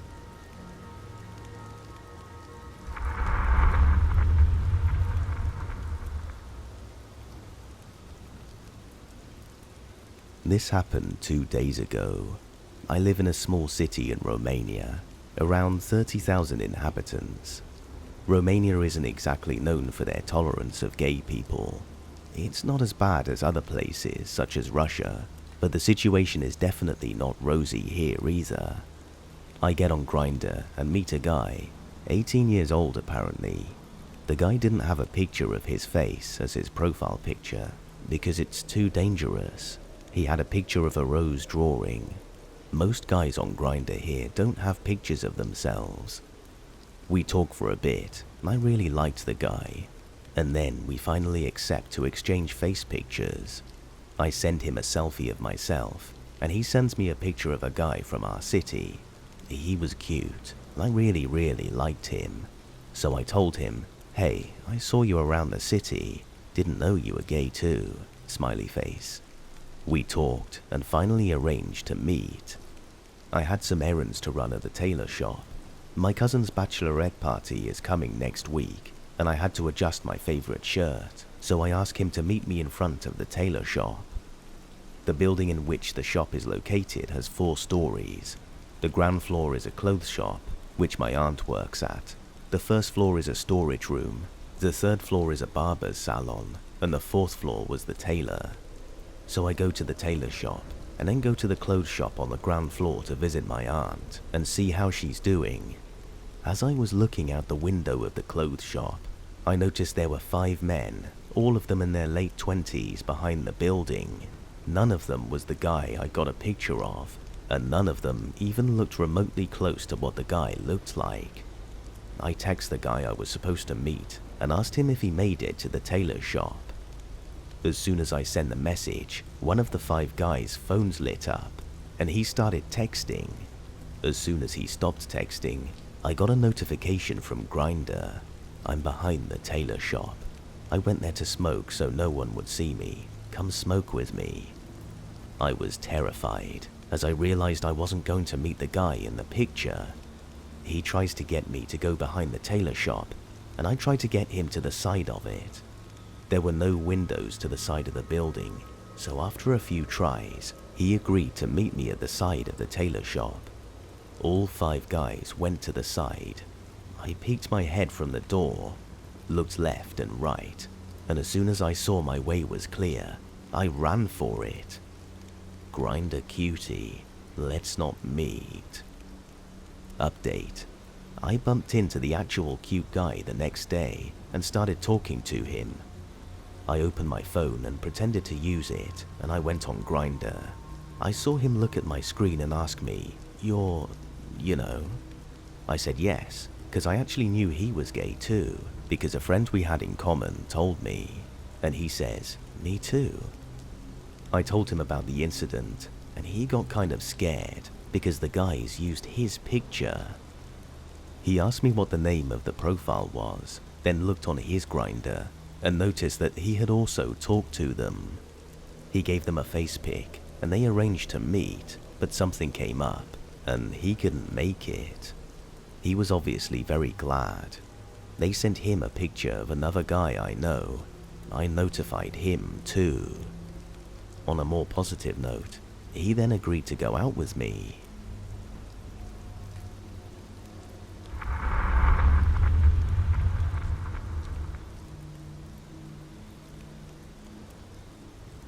This was 4 years ago, but I remember it like it was yesterday.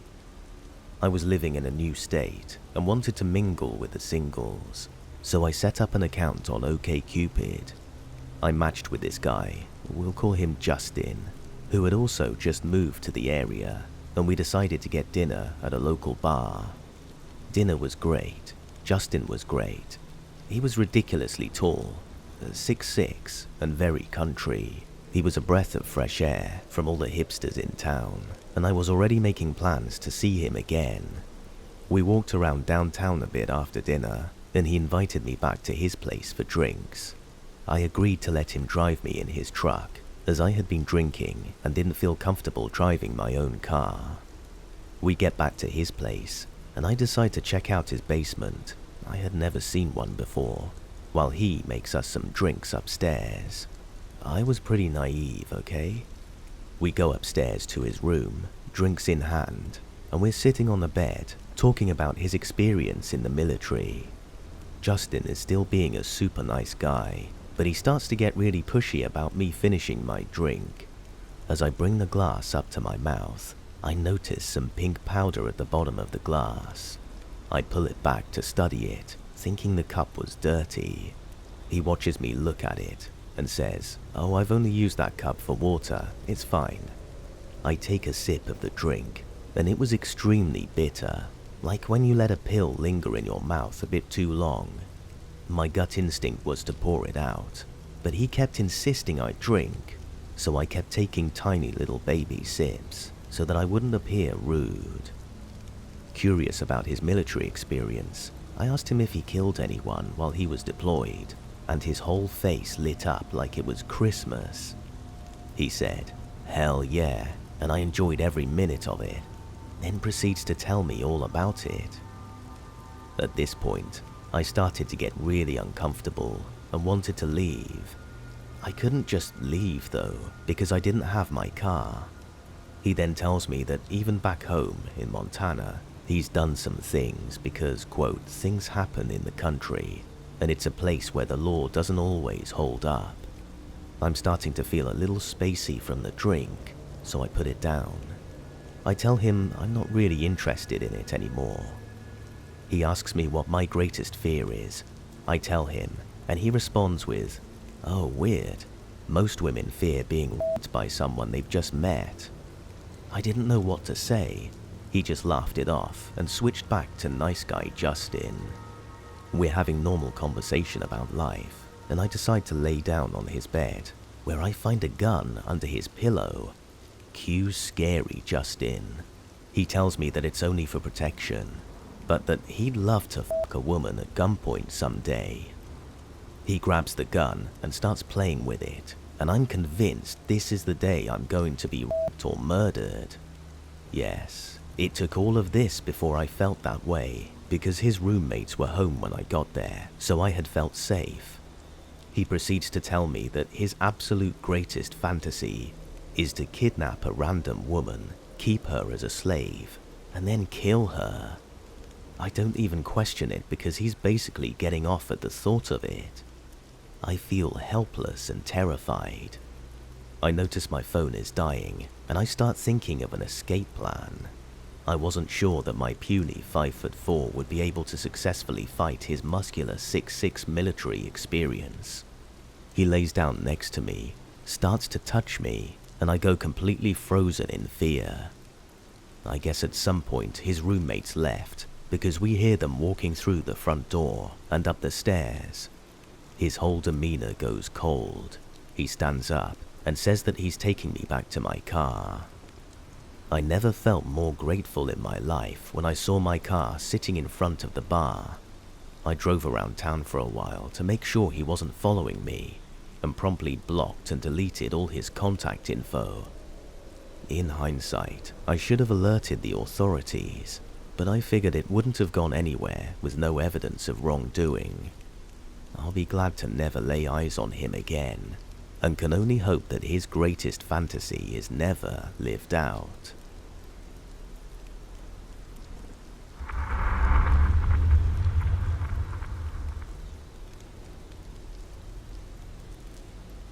I matched with this girl on Tinder, Jenna. I super liked her on Tinder when we first matched. Jenna and I went on our first date on January 26th. She knew I was out of a long-term relationship and still maintained occasional contact with my ex, Mary. Jenna and I officially start calling each other boyfriend and girlfriend around mid-February. 3 days ago, while I'm in the shower, she goes through my phone and reads old messages between Mary and me. A few casual ones, and a few very affectionate ones from before Jenna and I started seeing each other, or even met. Jenna packs all of her things and is heading out of the door when I get out of the shower with my phone. She texts a bunch of people saying things like, "I'm an asshole," and "Mary is a manipulative bitch." She hacks into my Facebook and makes a post calling Mary a whole slew of names, and blocks and unfriends several of my friends. She does a similar thing with Twitter. I get hold of a co-worker's phone and use it to try and contact her and sign back into my Facebook. Once she realizes I did this, she changed my passwords and my email passwords as well. Since she had my phone, it was signed into most of my things, including my email, which she used for all the password recovery. She just went in and changed the passwords. She gives me my phone and makes me call Mary and tell her I'm cutting her out of my life. I got hold of Mary earlier and warned her something like this might happen. We both have a background in theater, so we had a very convincing argument over speakerphone so Jenna could hear. Jenna gives me my passwords, and I immediately change them. I tell her she should leave, and she doesn't understand why I want her out of my life. She goes home very upset about me breaking up with her over this. Jenna starts posting and commenting on my Facebook, and I block her. I blocked her on everything, and she begins calling me over and over, not saying anything when I try to pick up the phone. I block her number. I start receiving the same calls over and over from a Colorado number. I live in Canada. Eventually, I go to my phone provider and change my number. I also changed the locks on my door in case she took a key. The next day, she makes a Facebook page calling me a piece of crap, and Mary a manipulative person, and she hacks into my alternate Twitter account. I tell her if she calls me one more time, or posts one more thing about anybody I know, I'm calling the police. I get an email saying that my application for a credit card, with a bank I don't even use, has been approved. I call the bank and tell them what's happening, and they put a freeze on the account. Several friends have told me to call the police, and I finally realize enough is enough. The police come and tell me that she has some sort of file with them, and that her name isn't even Jenna. It's something completely different. They issue a warning of harassment, and if she tries to contact me again, I call the police and she gets arrested. On Monday, I have to call the fraud people to get my accounts frozen and investigated and stuff. I realize this is a lot, but this is actually a pretty bare bones version of the story. Basically, the reason I'm posting this is now the police have got involved, and I've had my logs changed and my number changed, and all is, quote, solved. I'm starting to feel the emotional damage of being abused and harassed by someone that I was really starting to care about, and I don't know how to deal with it.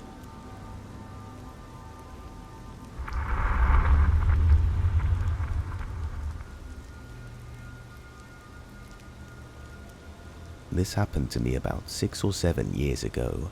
I've never told this story before. I was about 15. I was not a popular kid, and whilst I had 3 or 4 good friends, I largely tended to keep to myself. I was always obviously gay, and it seemed that the other kids knew this about me far before I did. At this age, as far as I knew, I was straight. I apologize with starting off with something that ought to be a non-factor in this day and age, but this becomes relevant later on. School finishes ludicrously early for us, and our day was done at 2:30 p.m. Oh, to be young again. This meant that my friends and I would often walk home together. I lived about a 45-minute walk from the school, but it usually took us longer. My house was the furthest away from the school, which meant I would usually do the last 15 minutes or so of the journey alone. On Fridays, I routinely stayed behind after the bell. Art was my favorite subject, and my teacher would always stay until around 5 o'clock planning lessons, marking work, etc.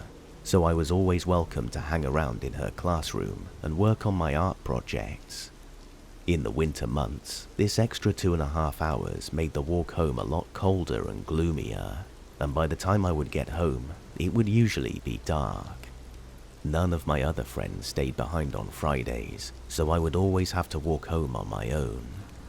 I grew up all my life in the town, and walking home alone was no biggie. I knew my way around like the back of my hand, and most of the journey was doable along the main road. It was pretty safe. I had been walking for about 30 minutes when I first saw the man in the burgundy car. I had stopped at a crossing to let a car out onto the main road, and the burgundy car was immediately behind it. However, whilst the car in front had behaved normally, there was something odd about the burgundy car. It slowed down considerably, even though nothing was coming, until eventually it stopped. After a couple of seconds, it pulled out onto the main road quite quickly and drove off into the direction it was heading. At this point, I didn't really pay much attention to the driver. I just knew that it was cold, slightly drizzling, and this indecisiveness was slowing me down. There was an Indian restaurant on the corner about 10 minutes from my house, with a main 4-way crossing beside it, with traffic lights, etc.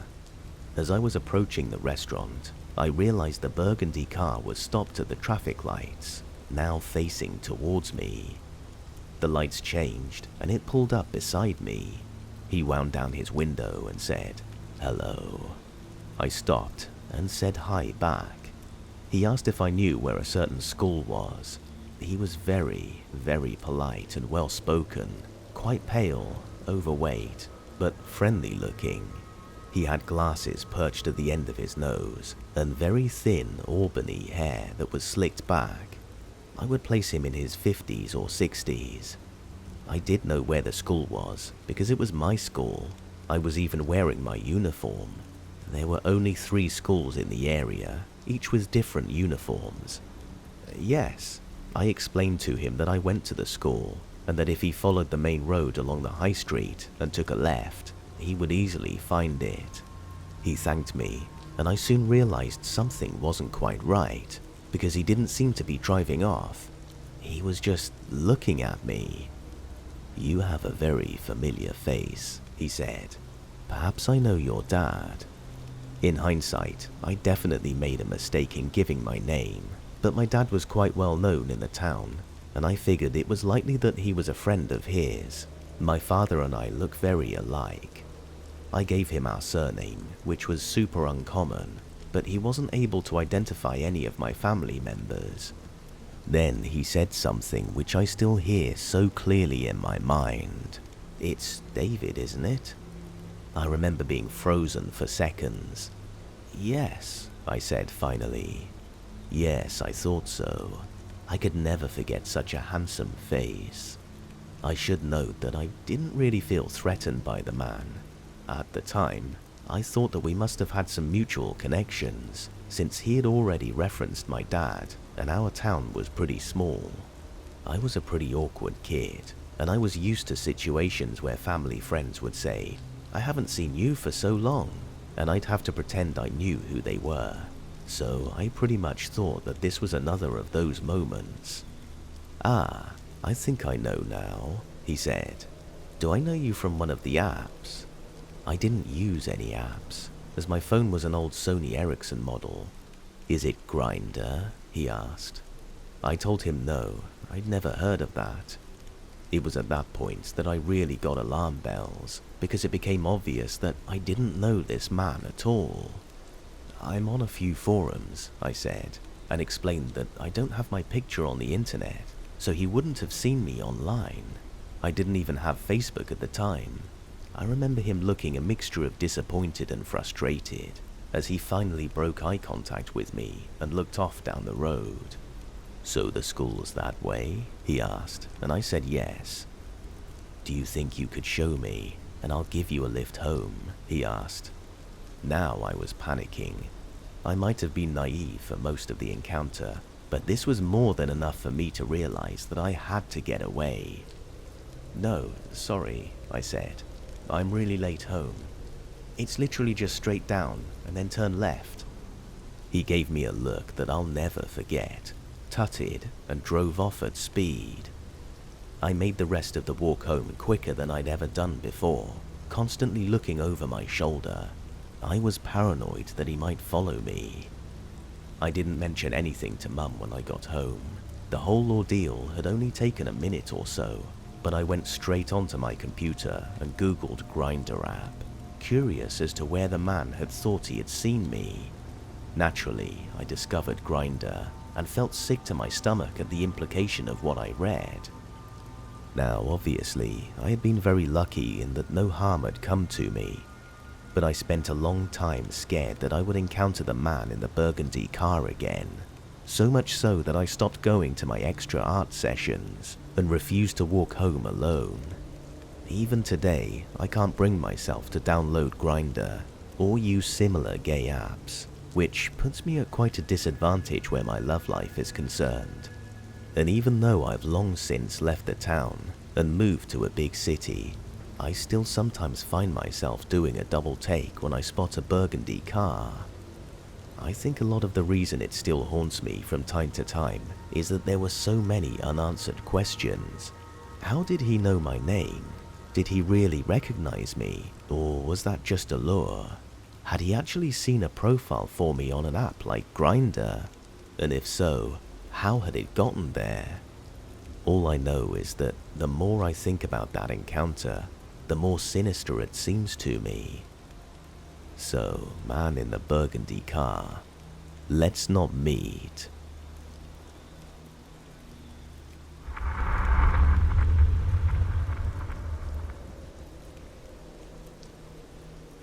A few years ago, I was invited to a birthday party hosted by my cousin's friend. I get to the party, and I meet everyone. We're all having so much fun and enjoying ourselves. Everything is good. A few hours after my arrival, a group of guys that only the host knew came along. I meet all of them, we chat, and the party goes on.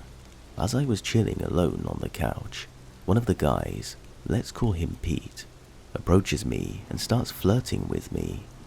He was very charming and interesting, so I reciprocated. For some info, this whole situation takes place in my neighborhood, so everyone lived near me.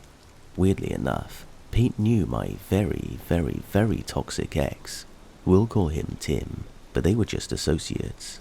Tim also lives in the same neighborhood. We exchanged Instagrams with Pete, and the next day he texts me. We do a bit of small talk, and he asks if I'm free to grab a drink with him. We arrange it for the next day, and all is well. A little while before he came to pick me up, my cousin informed me that the host of the party had a crush on Pete. We weren't close with the host, we were barely friends, but I felt really bad and wanted to talk about the situation with her before I did anything with him. So when the time came, he picked me up and I explained that due to some reasons that I was unable to talk about with him, I couldn't see him romantically until they were resolved. He was fine with that and pretty respectful about it. We had a very good time. However, he did try to initiate a kiss, but I stopped him, so I guess not so respectful after all. We talked about a lot of things, including sexual experiences, and I mentioned that I was not the biggest fan of one-night stands. So for some reason, while he was dropping me off, he said, "So when are you going to sleep with me? After the 5th date?" Red flags. I just laughed it off and left. A few days go by, and we kind of stopped talking because I still haven't discussed the matter with the host. However, I had been talking for a while with another guy, and I eventually ended up sleeping with him. More days go by, and I talk it out with the host. She tells me that she's fine with me going out with Pete, because that crush was a thing of the past, so I proceed to inform him, and we agree to go out again. We go out, everything is great, we flirt, we kiss, but he turns the subject to sex again, and offers me to go to his place. I agree to go to watch a movie, as long as there's no sex involved, and so it happened. However, while we were watching the movie, something was mentioned about body counts, and when was the last time we had sex. I'm always pretty honest about these things, because I'm not ashamed of it, and so I mention about the guy I was with a few days ago. He gets furious, and after a while, drops me home. Eventually, we stop talking, and out of the blue, I get a phone call from him. He starts asking me all these weird questions about my ex, Tim, so I get the vibe that something is off. He then kind of turns it about himself, and if I would ever go out with him in the future. I'm being very distant with my answers because I'm literally feeling like I'm in a court. After a few more weird questions, my toxic ex, Tim, starts talking. I was expecting it at this point, even though Pete had stated at the beginning he was alone. And they both start bashing me because I slept with the other guy, but I didn't sleep with Pete. I get so mad, but it's so damn funny at the same time, so I just trash talk them and end the call. The last line of the first date was a big red flag, and there shouldn't have been a second date in the first place. Lesson learned. Both have tried contacting me ever since. Never worked. Don't have time for that.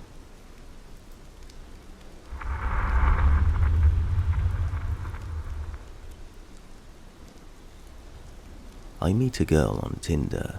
We go out twice. She was pretty cool, and the dates weren't bad. Even better, she lived a 5-minute walk away from me. Fast forward to the day of date number 3. I realized that I'd much rather stay home and play board games, or work on a hobby with my roommates.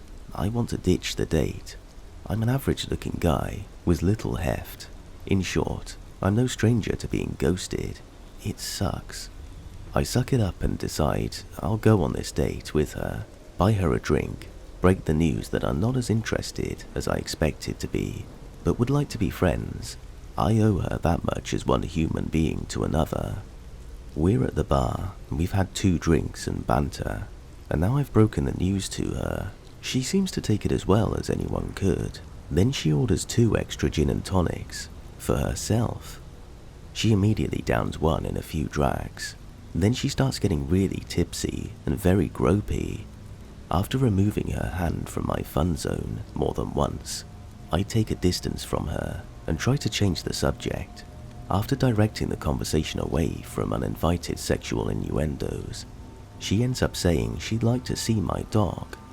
Considering the previous innuendos involved going to my place, I read this as, "Let me use seeing your dog as a means of getting into your place tonight." She takes a few more shots at it, and I deflect with dumb excuses, including, "My room is a mess." I finish my drink slowly, as she orders a couple more. My dumbass still wants to be there for her in a way, since I feel bad about ruining her night. Now she's properly drunk. I decide it won't hurt to wrap things up and walk her to her door. She's drunk enough that things could easily go awry for her. Her place is before mine on the walk home, so it won't be too long to endure whatever goes on. To my surprise, she's a little more lucid and giving me a history spiel about some of the buildings on our way. She was impressive with her historical knowledge of the city. I then realize I'm about to turn onto my street, meaning we've passed her place. I tell her I was supposed to be walking her home. She does the drunk giggle and insists, "No, I'm walking you home." After a bit of dumb arguing about who's walking who home, I give in and tell her she can walk with me if she wants, but she's not coming inside. In comparison to my calm and polite demeanor most of the night, I was very firm about her not coming in. We're at my door. Surprise, she needs a pee. I'm now annoyed that she's trying to make me look like an asshole. I remind her that it took only a minute to walk to my door, and this magical urge appearing is bull, and she can walk back to her place. After begging and jumping, the urge to pee magically disappears, and she storms off crying.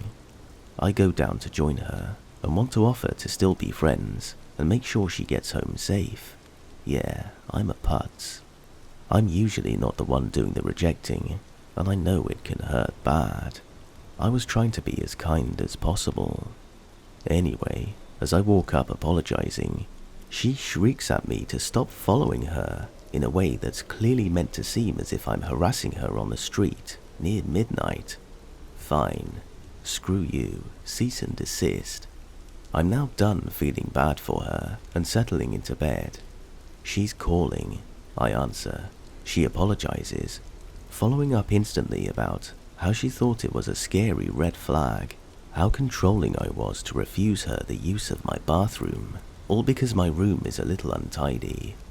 I call BS and make clear that my being overly compassionate is over.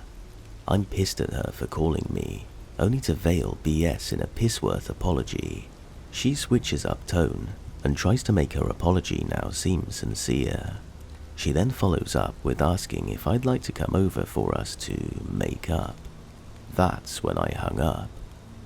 A few minutes later, my phone is buzzing. I figure she's now switched up and blowing my phone up with angry texts. Nope. She was kind enough to send me nudes I'd never asked for over Instagram. Unfollow, block, done. Best part is, summer was coming and she worked for an entertainment company. This company would do business with the hotel where I worked at the time, as tourism season rolled in. Guess who I greeted a few weeks later as they came to drop off their personal pamphlets?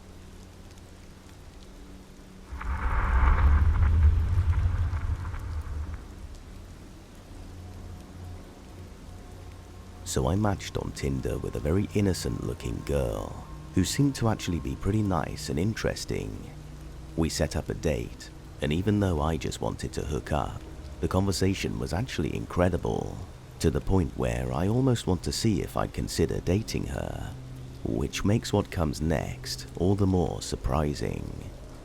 Regardless, we leave the bar, and at this point it's about 12 AM, and we're in the middle of a plaza. Seems pretty quiet, but it is a public area. As I'm walking her to her car, she suddenly pushes me into a wall and jumps on me, like literally so I'm carrying her. She starts kissing me and everything feels right. Things are getting hot and heavy, and that's when she bites my neck, hard. Not in a cute, sensual way, more in a blood is now running down my neck and back way. I push her away and ask her what the hell. She hits me with a "can't handle me." This catches me completely off guard, and I tell her I'm down to be a little rough, but don't make me bleed. She then grabs my hand and shoves it down her pants. Again, it's late and there aren't many people around, but it is a public place after all. Being a man though, I'm dumb and don't think about any of this, nor about the fact that my neck is still bleeding.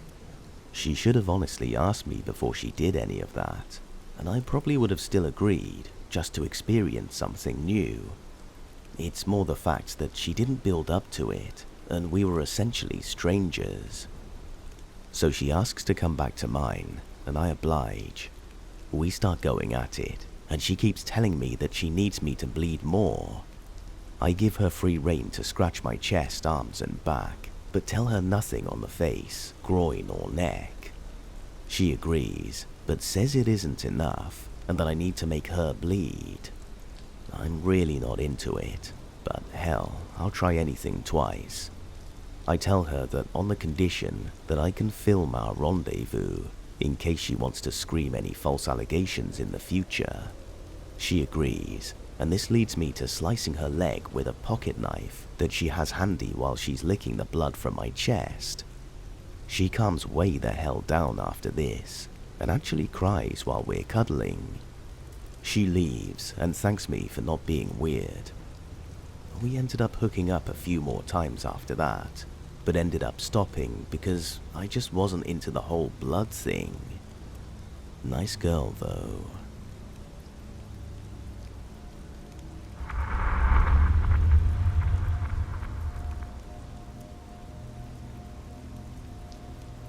This afternoon, I had to pick up a package from a location in an area I wasn't too familiar with, so I got a bit lost. As I was trying to read the street names, I noticed a guy half a block away who had a huge smile on his face, but ignored it to continue reading street names, assuming he had a great day. When I turned around, this guy was right in my face and asks, "Need help? You look lost." I had a bad feeling about this, but I was in a rush, so I needed some help. So I said sure, and I asked him about the street I was looking for. He told me it was about 2 blocks away, NYC blocks, which are long, and I thanked him for his help and went on my way. He started walking with me. I tried to walk faster, but he kept with my pace. He started asking me questions about my day and about my very specific interests and hobbies that I never gave a hint about. I was getting confused and getting creeped out fast. When I found the building where my package was, I turned to him and said, "Thanks for the help, have a nice day," and went inside. He came with me.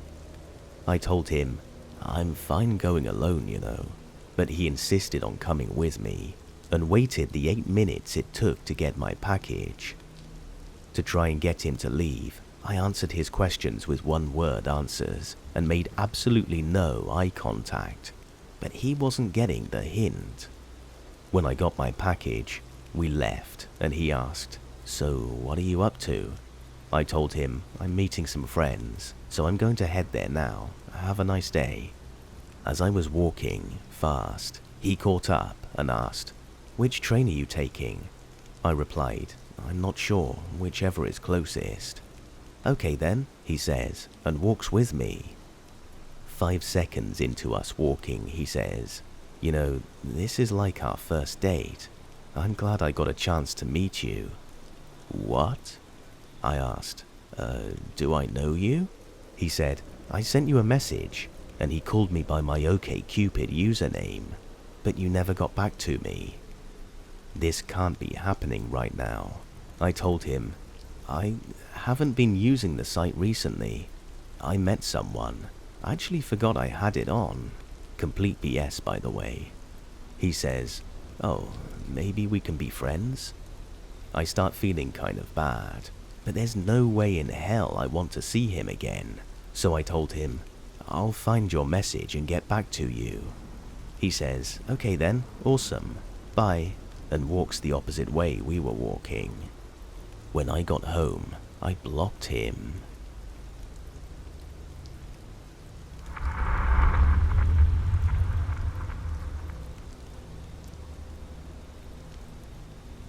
So about 3 years ago when I was 18 or so, I was using Grindr and someone messaged me.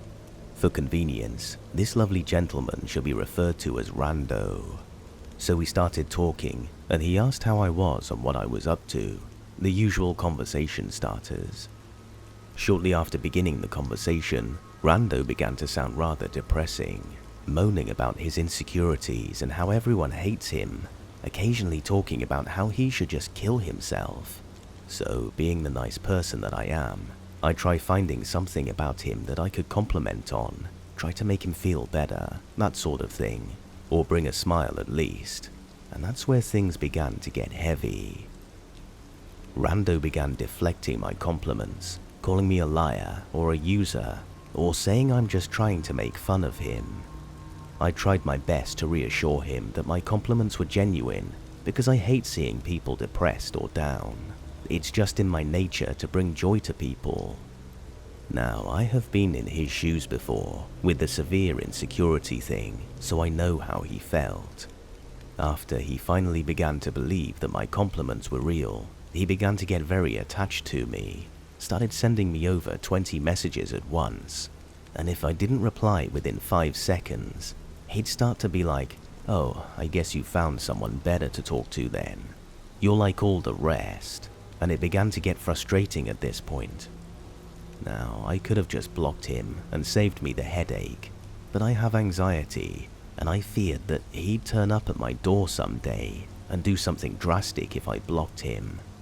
He also tried sending me nudes to grab my attention when I didn't reply literally instantly to his messages, and it got worse and worse from there. Eventually, he told me he'd be in my town over the weekend, and began to get very pushy about meeting up somewhere and doing abject things. When I didn't reply, he flips out and started finding me on different social medias to keep tabs on me, Facebook messages, friend requests, Instagram follows, etc.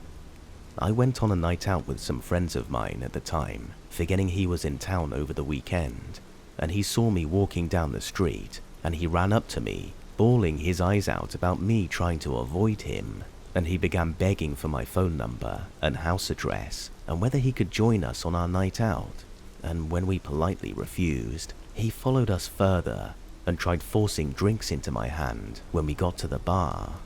Infuriated by how clingy he was being, I went home just to realize he boarded the same bus as me and followed me back to my place before he finally disappeared.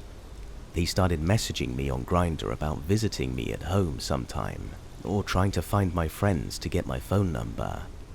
I finally snapped at this point and finally blocked him, and I thought that was that, only to discover the next day he was trying to catfish me with my own pictures to try and get my attention, and screaming to know why I blocked him. At this point, things got way too heavy, and I deleted Grindr from my phone, changed my number, and moved house just to avoid him. This whole experience has really put me off dating people with severe insecurities, out of fear something like this will occur again, and I've been trying to go against my nature to avoid complimenting people too much. 3 years later, I haven't seen him since, so Rando, let's not meet.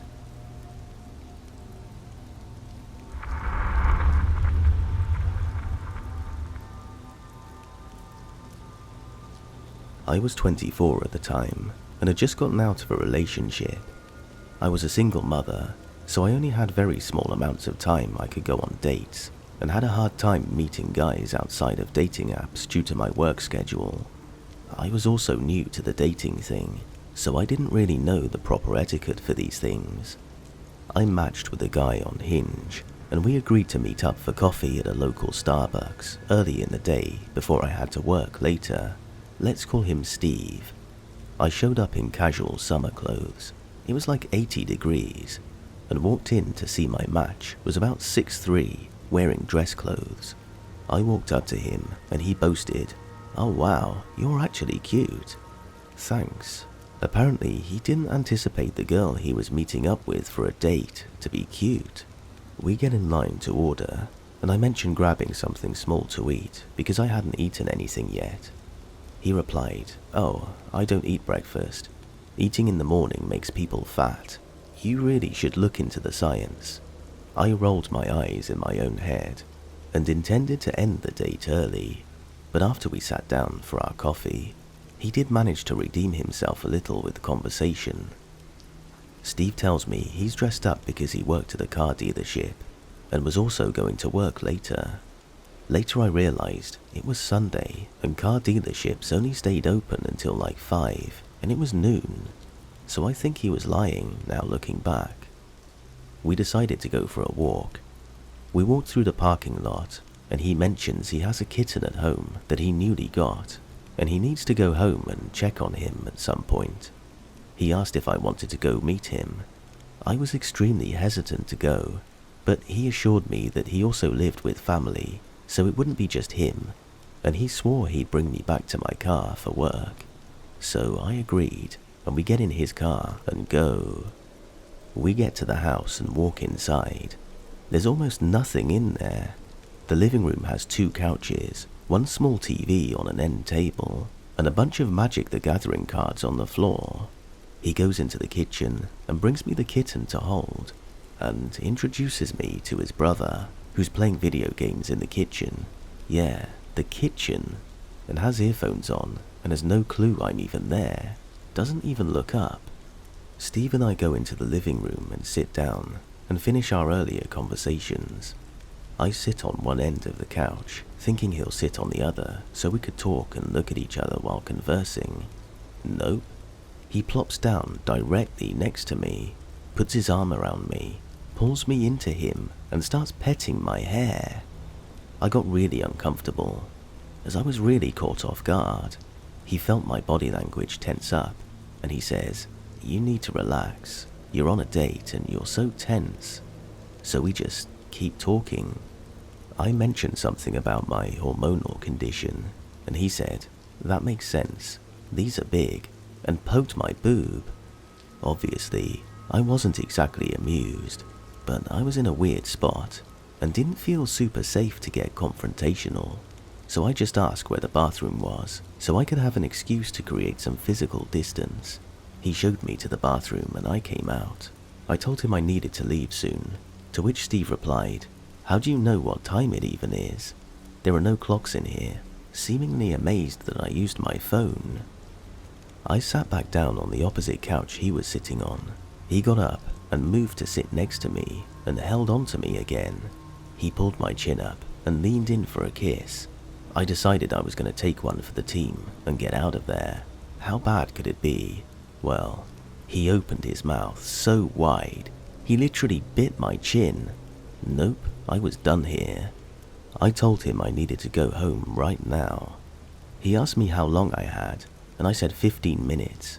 He asked if I'd like to go upstairs to his bedroom to finish our conversation really quick. I decline. I have to go now. He drives me back to my car, kisses me bye, and texts me later asking to please have another date because we're really connected. I say no thank you and blocked his number. I really hope he never behaves this way on a date again, and I am so grateful to be in a great relationship now and no longer dating.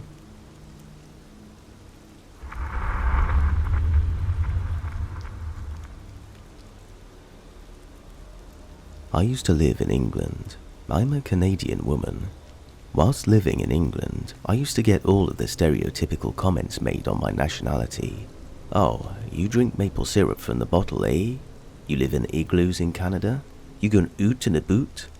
Well, one day, while in line at the local pub, these 2 twats decide to go ham on my accent. I could feel their breath and spit on the back of my neck. They started getting annoyed at me for ignoring them, and started getting more and more aggressive. I turned around and said, "You 2 both seem to have lost the plot. How about you maggots piss off and enjoy your night?" They did not appreciate this, and started absolutely losing their ever-loving minds. I ignored them because jeebus, I just wanted a drink. Then, this incredibly handsome man comes down the stairs. There were stairs pretty close to the bar that led to the toilets. He was roughly 6'4", fair-haired, very well put together, strong jaw, broad shoulders, green eyes, so handsome, took me back when I saw him. Next thing I knew, each of his hands were on the shoulders of those twats. He told them to leave me alone and to apologize to me. They did, and he then apologized for their actions and bought me a drink. It was a lovely moment, and I got a free drink. I take my drink and I mosey on down to the couch where my friends were sitting, and I joined them. I informed them about my debacle and told them about my hot knight in shining armor. Just then, one of my friends interrupts me and says, "Was it that guy?" I look up, and there he is, in all his hotness, strutting over me. I'm seated, remember? So once he gets in front of me, he gets down on one knee to meet my gaze. He takes my hand in his and gently pulls me in so I could hear him over the loud music. He properly introduces himself. His name is Aaron, and expresses apologies again for those men's actions, and would like to show me how true British men behave. He'd like to take me on a date that next weekend. Well, hot damn. I agreed and gave him my number. We spent the week leading up to our date texting and getting to know each other. We go on our first date. He's lovely, great conversation, lots of laughs. We have a small kiss in front of the cab. He opens my door, and that's that. Second date, he has flowers for me. He takes me to a play. Is this guy the one? Holy crap, he's so lovely. Third date, dinner at a very nice restaurant. The third date started normally. We're talking and laughing about each other's day. Then he says, "Well, it's our third date, and you know what that means." No, I do not. Is there some strange British third date ritual that I wasn't aware of? You know, we're about to become intimate. My face just goes completely hot. What the actual hell? Is this a British ritual? I am so confused. How does a third date automatically mean this? Maybe I'm naive. I've only had 2 relationships before this dude, and only had sex with 1 man before. I asked, "Is that what that means, huh?" I knew I wouldn't be sleeping with him, but I was curious about what he was about to say, because it was clear he had a story to tell. He continues, "Yep, and I have something I need to tell you first." Here it is. He's going to tell me he has herpes or some other sexual transmitted infection. Oh, but I wish that were the case. Aaron said, "Before we become intimate, you need to know I have a set of rules. You are mine now, so therefore you will refer to me as Master from now on. You must consult me before every outfit you wear and every meal you eat. You will need my approval beforehand. I will use and abuse you. Don't worry, you'll like it.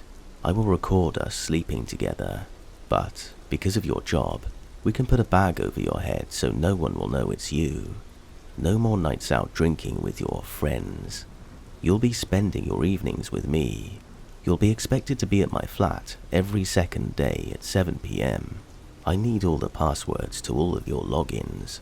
No more male friends. I don't care if they're gay. That's over with. Finally, once you're comfortable, and only when you're comfortable, I want you to eat my ass." I stared in utter horror. I was waiting for the, "Ha, gotcha, just kidding, look at your face." But that moment didn't come. We both sat there in silence. I could see the hair sticking out from the top of his dress shirt. I shook the image of his hairy butt out of my head. Without a word, I wiped my mouth with a napkin.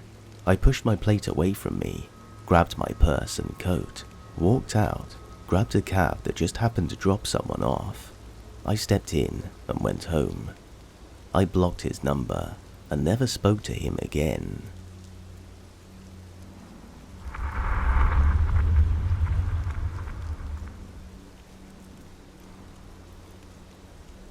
I was frequenting OkCupid for a few months. Between being a full-time student and a full-time waitress, I was having trouble meeting people. I had several great encounters and even met my husband via OkCupid, but this guy was a creep. We messaged back and forth online a few times and set up a time and place to meet. I let him know ahead of time I would be coming straight from class and had a long train ride with connections to get to where we were meeting, and thus might be a little late. There was a station I transferred at that had a cell signal, so I would text him when I got off there if I would be running behind. Of course, I am late, and I text him. So I get to the bar, and he's already ordering me a drink. This is a pet peeve of mine. As a lady, meeting strangers on the internet, I like to be in charge of what I imbue and be in control of it the whole time. Thankfully, the bartender hadn't brought it yet, and it was a type of beer I like. So I took it, but said something about preferring to order my own drinks on first dates.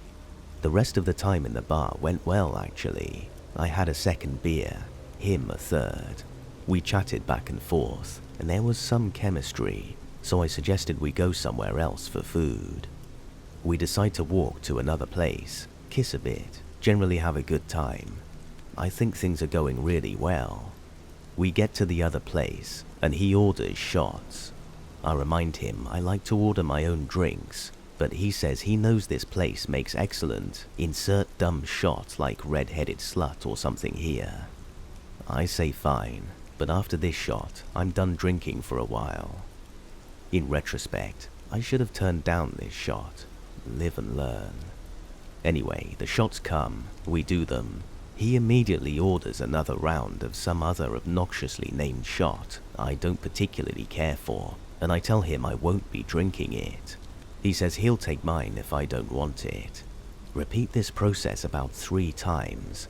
I now have several shots in front of me that I have no intention of drinking. He gets upset when he notices and mentions how he's wasting his money on perfectly good alcohol.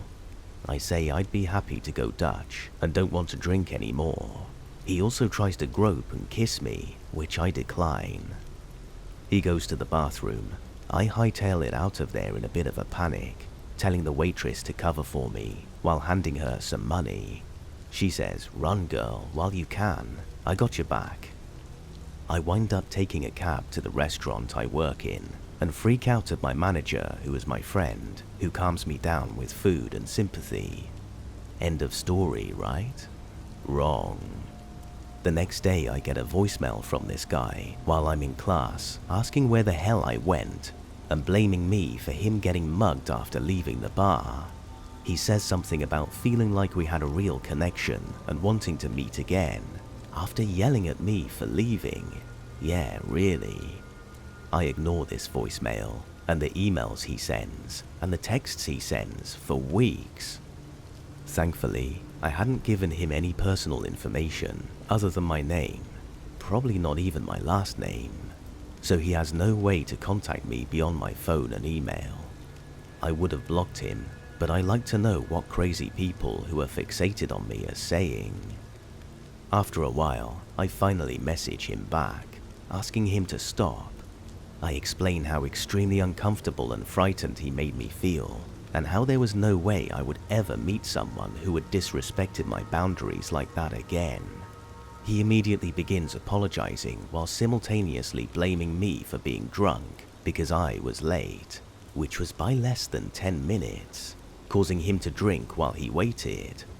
I mentioned how ludicrous that is and repeat that I won't be meeting him again and please stop contacting me. He stops for a while. Then I notice he's viewing my dating profile on OkCupid again, quite frequently. I updated my pictures and whatnot, so I sort of ignore it. A few days later, the messaging starts up again.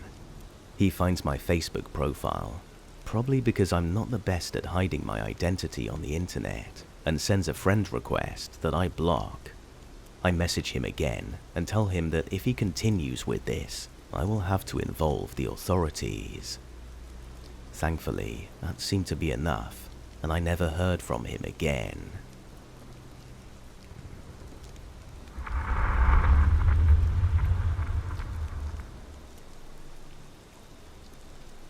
I decided to write about an incident that normally I hate to even talk about, because it's honestly one of the most disturbing things that I have ever experienced. This all happened in January of 2019.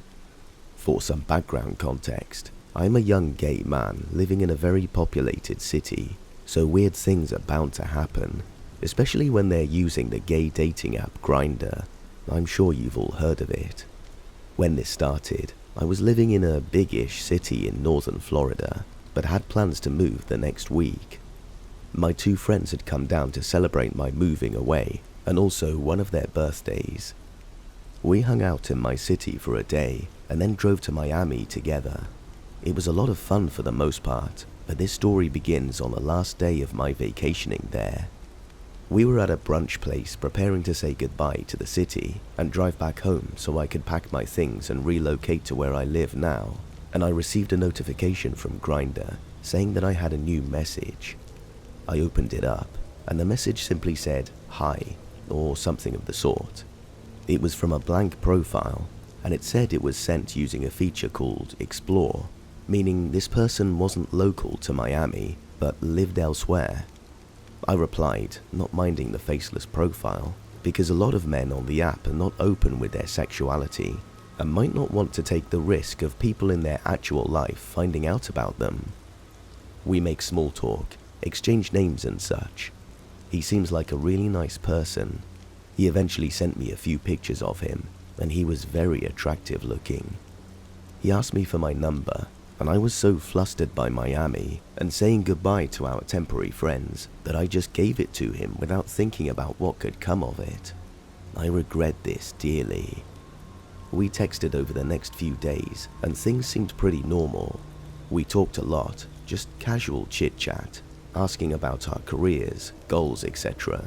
Nothing strange.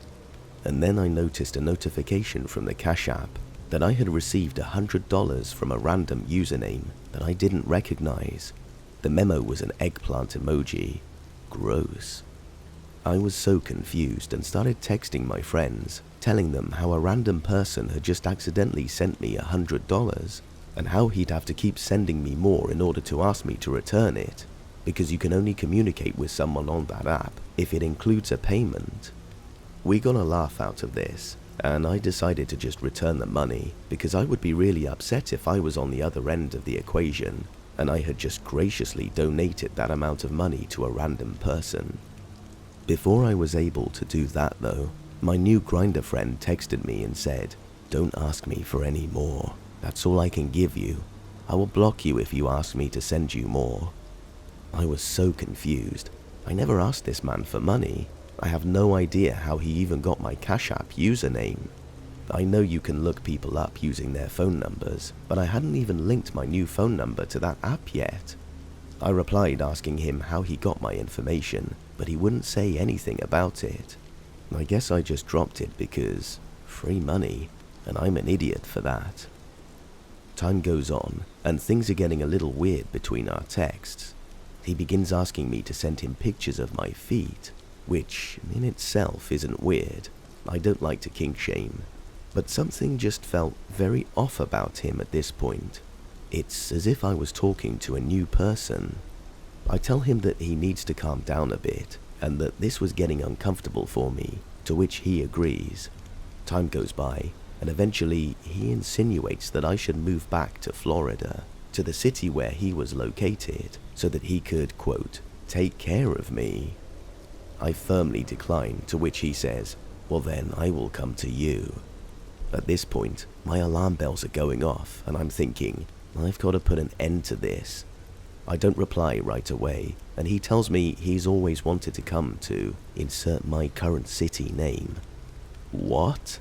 How the hell do you know where I live? I didn't give him any of my social media, and even if I had, there's no way he could have known, because I intentionally withheld any information online about me relocating, as I was tired of everyone knowing my business. I have always had my location on Grindr set to off, so he couldn't see where I was, or even how many miles away I was from him. I told him that at this point, he needs to leave me alone, and that I didn't wish to talk to him. I didn't block him though, because I was starting to get paranoid and wanted to have a record of the things he would continue to say in case things got super weird, which of course, it did. First, he told me he was sorry for lying, and sent me a few pictures of what is actually him. I hate to sound like a jerk, but something was seriously off with the way this person looked. Almost every picture had a very big, disturbing, ecstatic smile and big wide eyes staring directly into the camera, very up close. He was probably in his 30s and looked like he didn't take care of himself very well. His skin was uneven and grey, and he had a short beard that looked like it hadn't been maintained at all, if that makes any sense. One of them looks like it might have been an accident because his face was blurry and he was angrily just staring into the camera with a hateful, evil expression on his face. He also sent me one of his mouth, but only his big smile pictured. Nothing else was in it. There were pictures of his apartment as well, and it looked almost empty, other than a small table with a photograph of unknown people in it. Also, a fire hydrant was there. It was all very weird. I didn't reply to these, and that resulted in a string of angry texts from him, telling me he wished he'd never met me, and that he hates me. Throughout all of the weird, uncomfortable, and filthy texts he sent me, there were a few exceptionally disturbing things. He sent me a link to his YouTube page, which I ended up viewing, and the videos were literally just him talking to himself and making jokes to himself. There were 10 plus of them, and I was the first viewer, although they had been up for months. If that wasn't weird enough, whenever he would pause in between sentences in these videos, I would hear faintly in the background what sounded like someone's muffled screaming, and every so often after hearing the screaming, I would hear him try to hold back a very high-pitched, sinister laugh that sounded nothing like him. I could tell from the sound quality that it was something this man was producing and not a bystander. I also don't think he has many friends. Most of these videos have since been deleted, and I don't know why. I write poetry, and at some point he was begging me to send him my poetry. He also sent me a link to his WordPress, which I also viewed, and the poems were somehow actually very well written, like extremely beautiful poems, but I realized that the things he was saying in them made absolutely no sense. I tried analyzing them any way I could, because I was trying to figure out what was wrong with this guy, and none of them made sense. He would randomly send me small amounts of money on the app, I guess in an attempt to get me to talk to him. Fast forward a little bit. The timeline was messy because this was just a constant stress on me, and I was still receiving a message from him every 10 minutes that I wasn't replying to. These were weird. Here are what some of them said. "Did you fucking block me, you little bitch? You want to put me out of your life, little bitch? That's fine, but it's an irreversible decision. When you push me out of your life, you don't get me back in. When you feel dumb about it later, and you will. I am the best thing that's ever happened to you in years. It is a privilege to know me. You want to clear a space out for someone more deserving, because you're an uppity little bitch. Not a problem. You're not getting rid of me." Stuff like that. I withheld some of the more vile and descriptive ones, depicting what he would do to me sexually, because I don't like to read them or think about them. He would also reply to his own texts almost instantly and apologize for what he said and told me, "Please don't go," and things like that. I finally broke down and told one of my best friends about this, who is also gay, but very muscular and protective of me. I don't know, he just makes me feel safe somehow, and I didn't know who else to tell. He immediately got really mad and took my phone and called him. My best friend told him aggressively that he was my boyfriend, which makes no sense because I wouldn't be on Grindr if I had a boyfriend. Anyway, and that creepy Grindr guy needed to stop reaching out. Grindr guy is silent, and then suddenly starts hysterically laughing and making the most inhumane, god-awful noises I have ever heard, speaking sentences that were English, but with words that didn't make any sense together, and just really creeped us out. The look on my friend's face still gives me chills. He never gets uncomfortable, but he was just staring at me with this blank expression, and it was in this moment that I realized that I should have just blocked this man as soon as I realized something was off. I didn't know what to do, I guess. After the call, he texts me a lot of horrible things and then says sorry, and this is a cycle for about 15 minutes until he sends me this. The private Facebook messages you may see were all written before our conversation via texts and phone tonight, so naturally disregard them. And f*** you. I just blocked him. I have no idea what he was on about with the Facebook thing. I looked and couldn't find anything. This final exchange happened about a month and a half ago. I thought this was the end, until about 2 weeks ago. I was exploring a nearby large city with the same best friend. There's a lot of big cities around me, and I'm basically in the middle of them. We were walking out of a museum, and I see someone that looked very familiar, leaning against a cement wall to the left of the big stairs that was the entry to the museum. He was staring at us, but I couldn't make anything out of it. I ignored it, and we hopped on the bus to take to a nearby restaurant for lunch. It wasn't until we got to the restaurant that I realized who this man was. It was him, the creepy grinder guy. I was sure of it. I have no idea how he knew where I was, but I knew he traveled over 1,000 miles to come to the area I was living in. I didn't mention it to my friend because I'm seriously really creeped out, but I think I'm going to tell him when we hang out again, because I don't want anything to happen to him either. Luckily, I'm moving again in a few weeks, this time very, very far away. I'm considering taking this all to the police, but I don't know if I really have options.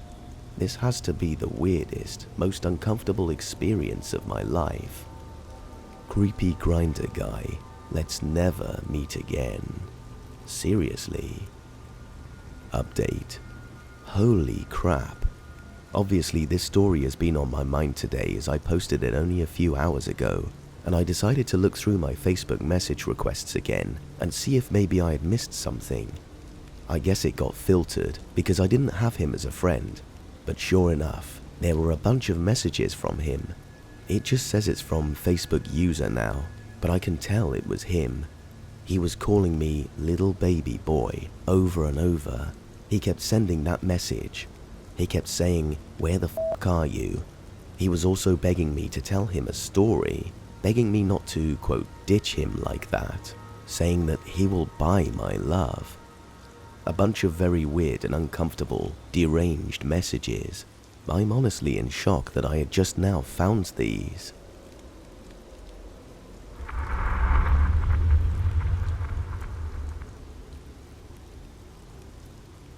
I'll make this quick. I just told my work colleagues about a date I had Saturday night, and they were like, "What the hell? You should have called us to come get you." So I've been talking casually and seeing this guy. I'll call him B for butthole. We go out for dinner and go to an arcade afterwards. I drove in, met at B's place, then he drove us into town for food. Dinner was good, and we went out afterwards to an arcade. This is where it starts getting weird. 3 things happened that night that made me feel unsafe and uncomfortable. First thing that happened, he was explaining something to me, and I kept jokingly butting in, guessing the outcome. I know I do this, and I'm working on not doing it. I get excited and try and guess what they will say next. Annoying, I know. He just loses it and starts yelling at me to shut the F up, that it annoys the F out of him, and he doesn't want to talk to me anymore. I get real quiet, and I just sit in his car feeling really weird. We get out of the car, and I'm shaken up a bit. We walk into the shopping center, and I tell him, "Oops, I've got to go back to the car and grab my mask." He then proceeds to say, "How the hell do you forget to grab it? Now we'll have to walk all the way back. I feel like punching you in the head." At this stage, I said, "Calm down, I just gotta get it." At this stage, I'm thinking, how do I get out of this situation? My phone is near flat, and my bag is in his car. Looking back, I should have grabbed my bag and legged it. I tell him I have to go to the toilet quickly before playing games. So we find a toilet, and he tells me he'll wait out near the doors, which was a fair way away. and it was busy, so I thought I'd just quickly follow him and let him know not to go anywhere far because I don't have my phone to contact him. He then proceeds to scream through his mask at me, "Go to the toilet, what are you doing?" I'm done by this stage. I'm off him and I want to go. Again, all my stuff is in his car, and I felt I just needed to play nice and get through this evening, even though I was on the verge of crying. By this stage, I'm just really quiet and responding nicely to things B is saying. Nothing else bad happens the rest of the night. I know I can be annoying at times, but I don't feel yelling and swearing at someone is a nice thing to do at all. I told him we don't get along and to not see each other again. He said it made him sad, but accepts it. I ignored red flags a few times early on, thinking people have crappy days, and I give people way too many chances.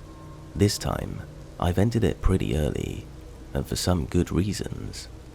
Be safe out there.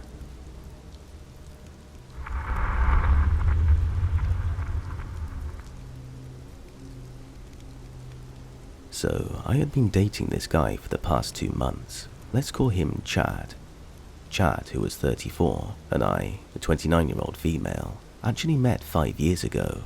We attempted to date each other twice before, once for a few months in 2016 when we first met, and a year later for a few months in 2017. It didn't work out due to his controlling and borderline abusive and narcissistic behaviors. I know. Fool me once, shame on you. Fool me twice, shame on me. However, things cooled down and we were able to maintain a very sporadic, friendly contact through text throughout the years. Anyway, Chad reappeared again in my life early March this year after moving back to New York from Florida. I had just moved out to my new apartment when we reconnected, and he love-bombed the hell out of me. I really thought for a moment that he was a changed and more mature man. He gave me tons of gifts and helped me a lot with my apartment renovation process. Other things I liked about him, he was tall and handsome and fit. We enjoyed going to the gym together. We had lots of thoughtful discussions and things in common. Decent sex. We enjoyed the same type of documentaries. He knew about gardening, home improvements, and was a great handyman. He was also a great cook and bought me groceries and cooked for me. Things I didn't like. He would subtly insult me all the time. He wasn't great at communication or conflict resolution. He had a massive ego and was unable to see things from another perspective. He would constantly complain, whine and criticize his family and friends about how they did him wrong in some way, or criticize the world in general, non-stop. He had no humility or introspective thinking whatsoever and never apologized. He had a very dark, negative vibe most of the time, and he would talk about all his dreams and visions, but never had any concrete, realistic plans to achieve them. Also, he's on unemployment, and has no plans to look for a job. He'd drink a lot, sometimes do hard drugs, get into bar fights. He'd call me names like psycho, then say he was just kidding. Anyway, I gave my best efforts and tried to overlook some of these things, because when the relationship was good, it was very good. In retrospect, I should have seen what I'm about to tell you coming. A few days ago, I offered Chad a free eye exam and a free pair of nice designer eyeglasses after I noticed him squinting while watching the TV. I've been managing an optometrist's office for the past 5 years and receive a yearly credit for new frame and lenses. I told him he could gladly use my credit for this year, no problem. He accepted, and I arranged an appointment for him. My intention was not only to give him this gift, but also for him to see my workplace and meet my 2 colleagues, Steve the optician and Samantha the frame stylist, who I'm extremely close with on a personal level. Chad shows up at 3 PM for his appointment, and everything is going smoothly. Everyone welcomes him warmly, and it's an overall happy vibe. After his 20-minute exam with the optometrist, my lovely co-workers and I engage in friendly convo and banter with him. Steve and Sam and I like to crack a lot of jokes, so everyone is laughing and having a good time as we pick out and have him try on a bunch of glasses. Chad is making little jokes too, everyone's getting along and I'm excited.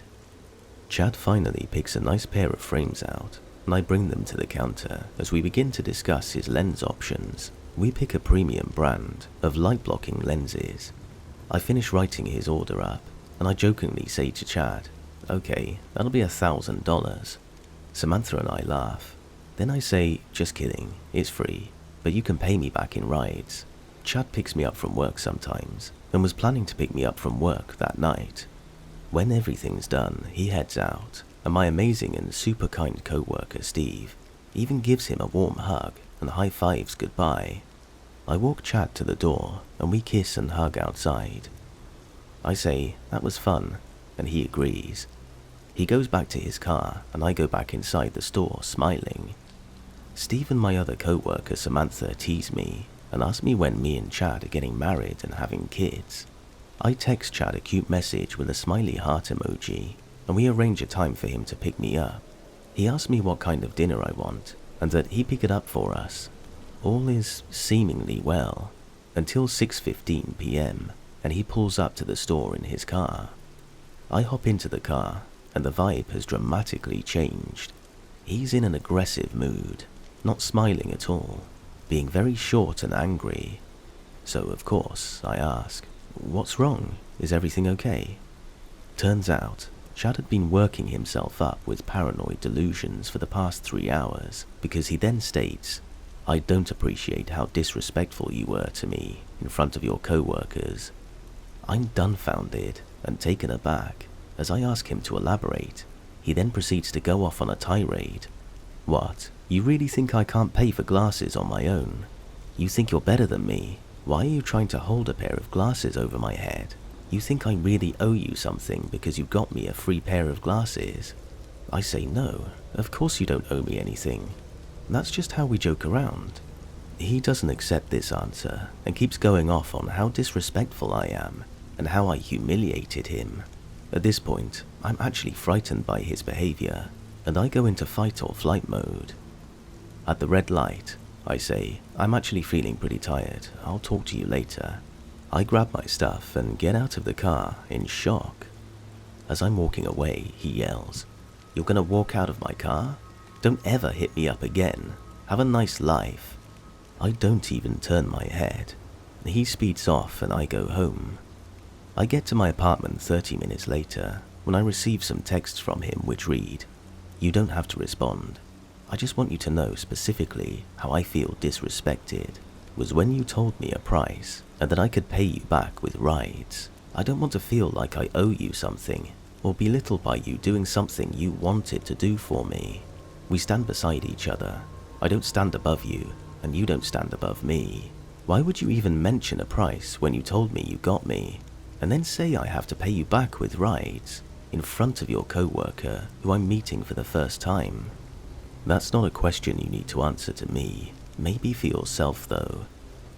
I respond back, "I have to say I'm absolutely shocked and overwhelmingly hurt by your interpretation of events.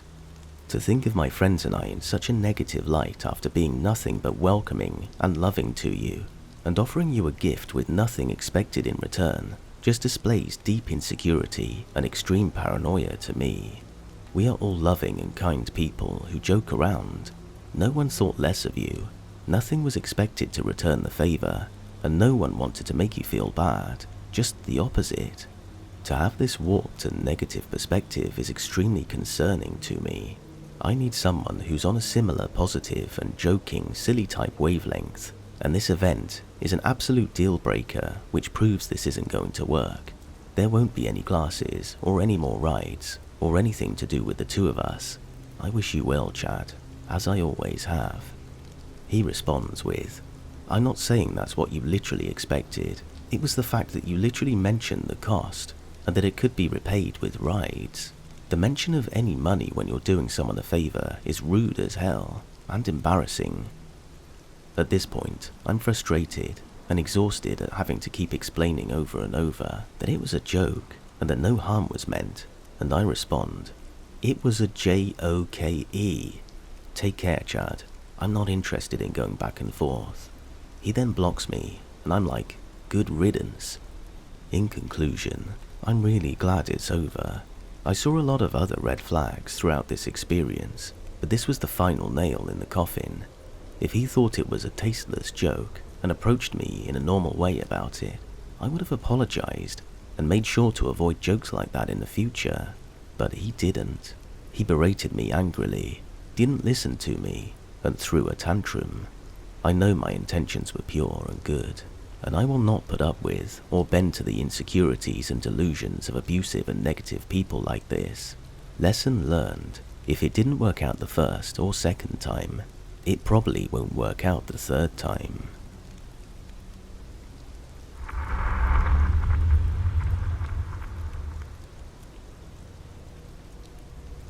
So, a little description about me before I proceed with the story.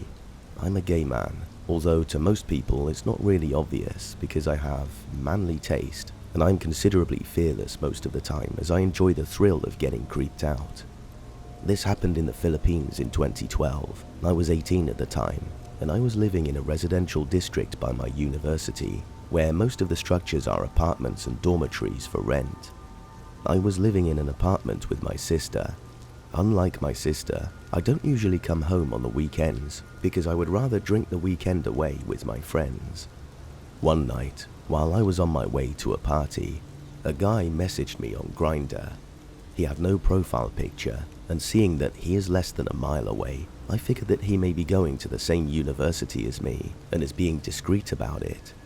I don't remember the entire conversation, but this is pretty much how it went. Grindr guy: "What's up, sexy?" Me: "Heading out to a party. You?" Grindr guy: "Really? Same. Where?" I was aware of stranger danger back then, but I felt invincible because of my height and my lean but athletic body, and as I've mentioned, I don't scare easily. I told him the name of the club. He said, "What a coincidence. I'll see you there." "Sure," I said. "Mind sending a pic?" He said, "I'll find you." I didn't reply, and actually didn't care because my plan was just to enjoy the night and see where it goes.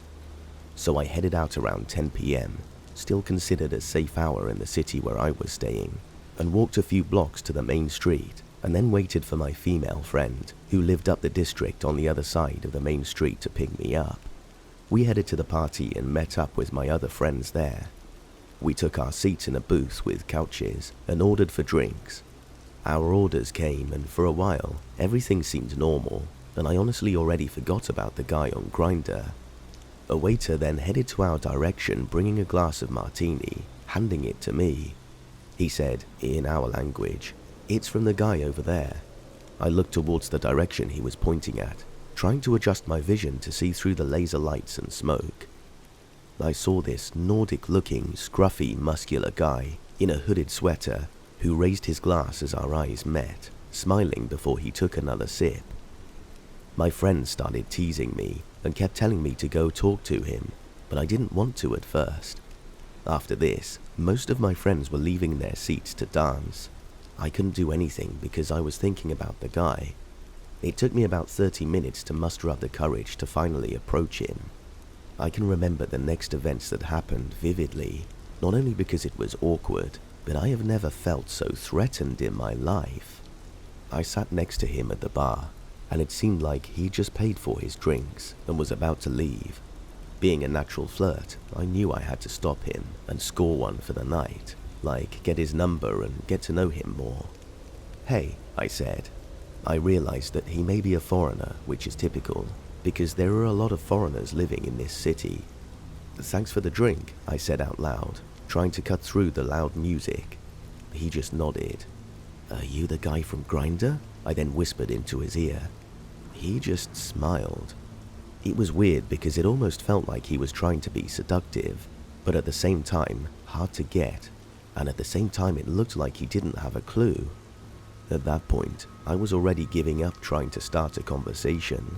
I don't know what the point of getting me a drink was if he didn't want to talk. Maybe he didn't like me when he saw me up close.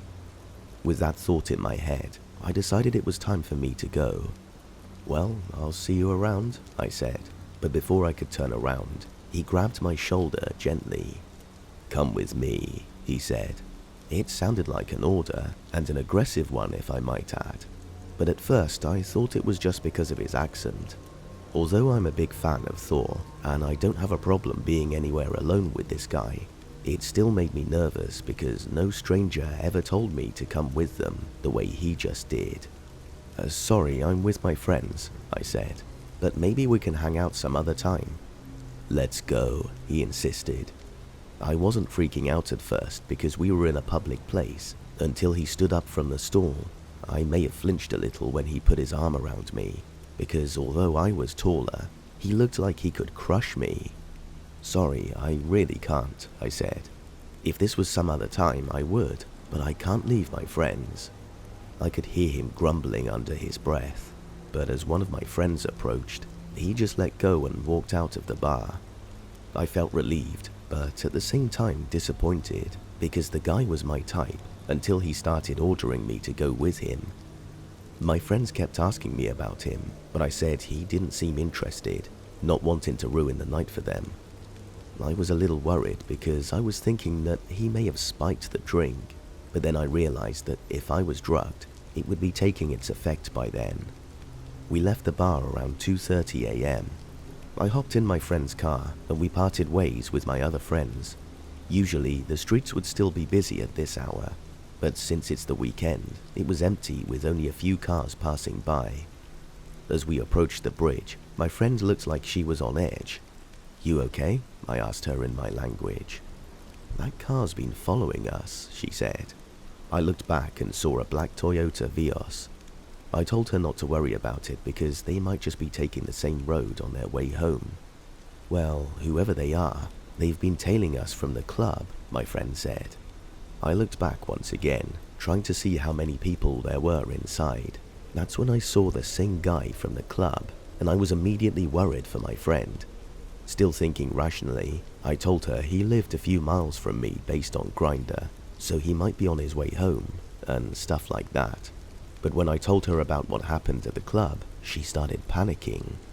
I told my friends to stop at the coffee shop on the way, and thank God this one is open for 24 hours. She didn't want to stop because she was really scared, and if we called the cops, they would probably do nothing until something actually happened, and since we had both drank at the time, it didn't really seem like an option. We were about to park, but the car with the Nordic-looking Grindr guy just sped by. We decided that it was safe after this, and that we had the wrong assumption, so we headed directly to her house. On our way, the black Toyota was nowhere in sight. I told her I would be fine walking on my own to my apartment, although she insisted that she would wake up her brother to drop me to my apartment. I told her it won't be necessary to bother her brother because I can protect myself. She knows me, so she gave up and told me to be safe as I headed out. I have never felt threatened walking at this hour because I would usually come home from parties walking from the main street to my apartment, and since there was a police station a few blocks away, I didn't really mind. As I made it across the street from the main district where my friend lives, I saw the damn black Toyota. It was a pretty common car around here, so I tried to calm myself down, telling myself that it wasn't him, and I started speed walking. I heard the sound of car doors closing, and although my mind kept telling me to look back, I couldn't do it. I continued speed walking, that is until I heard a car starting, which made me look back. It was the black Toyota, and as the car started to move, there were three things going on in my mind.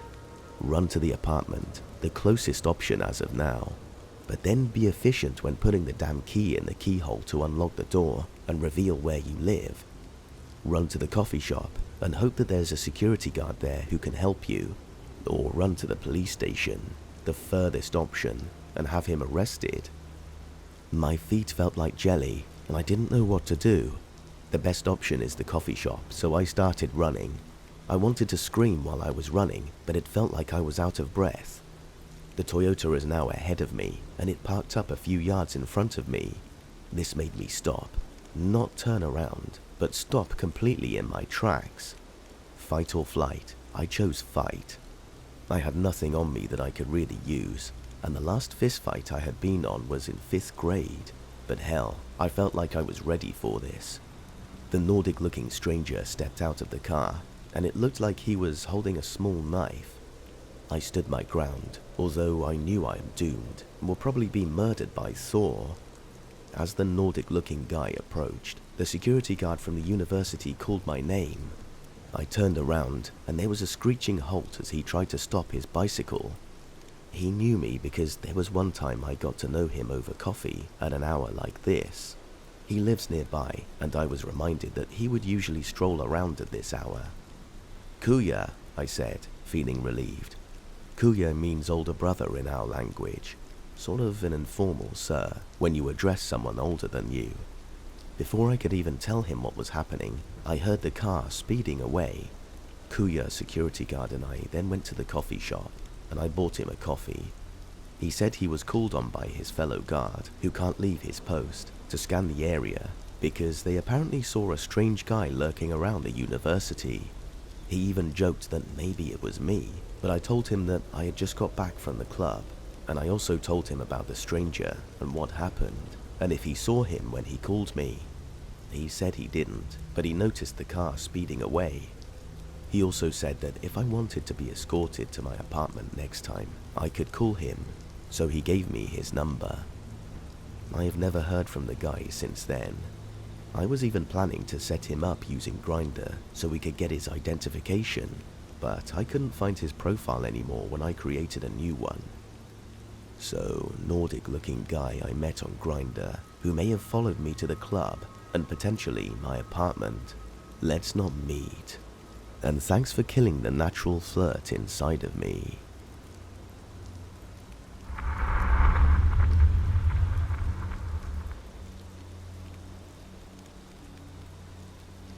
It was 2018, and I had just moved out of my parents' place for the first time into a little flat in my local area. I was 24 and was also newly single, so decided to download Tinder to see what it was all about. I started chatting to some guy.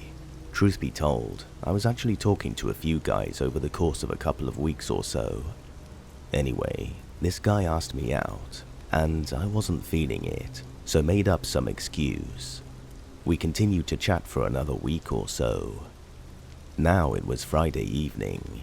I had just finished work and was walking home when I checked my phone and had a message from this guy asking me out again and asking me what time I wanted picking up. I made an excuse again and dismissed it.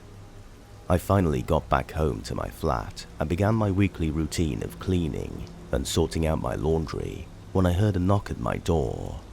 I wasn't expecting anybody.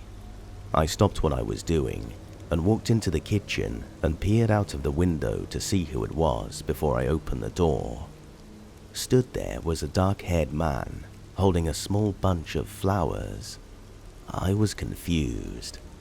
I opened the door, and I can only imagine how confused I must have looked. He said his name, and I just stood there, confused as to how he even knew where I lived. He continued to tell me to get my coat and that we were going out, but I kept telling him I couldn't go. I asked him how he knew where I lived, as I had only just moved in, and he said that he would tell me if I went out with him. I refused. He then asked if he could at least come in. I said no. It took me a solid 10 minutes of back and forth talking before he left. When he left, he gave me the flowers and said bye. Thankfully, it was broad daylight, and I had neighbors opposite my front door watching in the corner of their eyes. I'm pretty careful with what I put on social media, even more so now after this happened though. I thought about telling him that I just wasn't interested, but a part of me wondered, what if he had a weapon or tried to force his way in? And then the nicer part of me didn't want to upset him either. I'm not very good in those situations. Anyway, once I closed my front door, I messaged him, asking again how he found out my address, and he wouldn't tell me. He just kept saying how he knew people. I then followed this up with a message telling him not to contact me ever again, and that him showing up uninvited is not acceptable, especially when I never told him where I lived to begin with. I threw the flowers he gave me in the bin, and to this day, I have not spoken to him since. I also moved out of that flat after my 6-month initial term was up. I'm guessing he was trying to be spontaneous and romantic, but it just ended up being super creepy. I hope I never meet him again.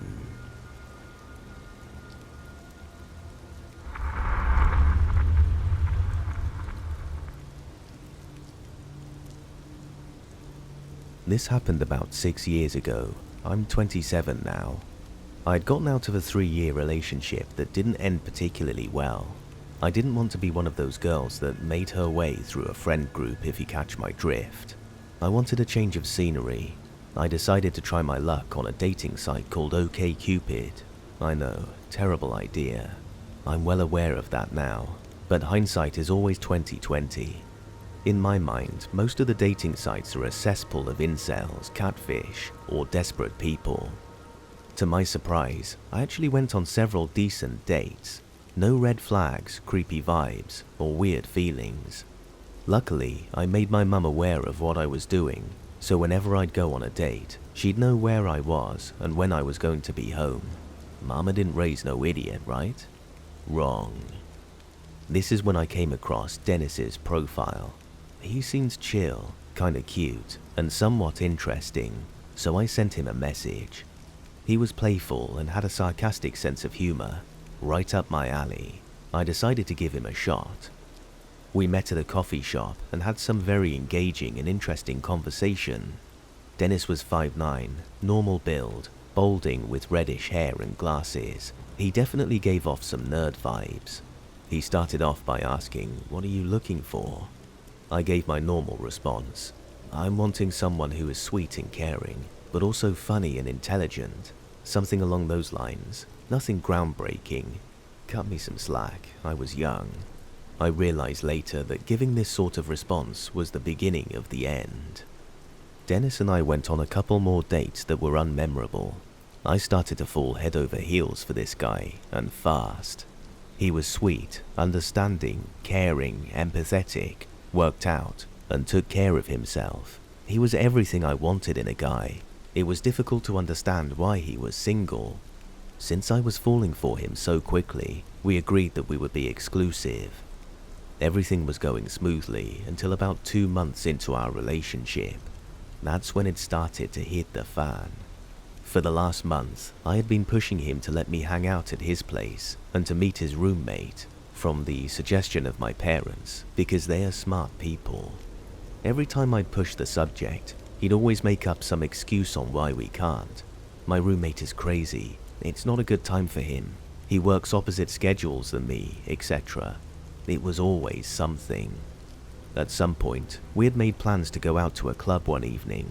I was all dressed up and ready to go, waiting on him. He ended up not answering his phone for a couple of hours. I realized his phone must have died, since whenever I would send him a message, it would never say delivered, for those of you who are Apple users. I ended up deciding to go to his place to see if he would answer his door. I had his address by this time, but I don't remember how. He lived about 15 minutes from me in an apartment complex, and it was in the middle of winter, February. It was cold. I knocked on his door. No answer. While heading back to my car, look who decided to show up. None other than Dennis himself. And guess who he was with? Yeah, you're correct. Another woman, which I later found was his long-term girlfriend, Jessica. I quickly made my way over to him, and the look on his face was priceless. His face deadpanned as soon as he saw me. He whispered something to the girl he was with, and she made her way inside. He came over to me and was speechless at first. "I'm very surprised to see you here."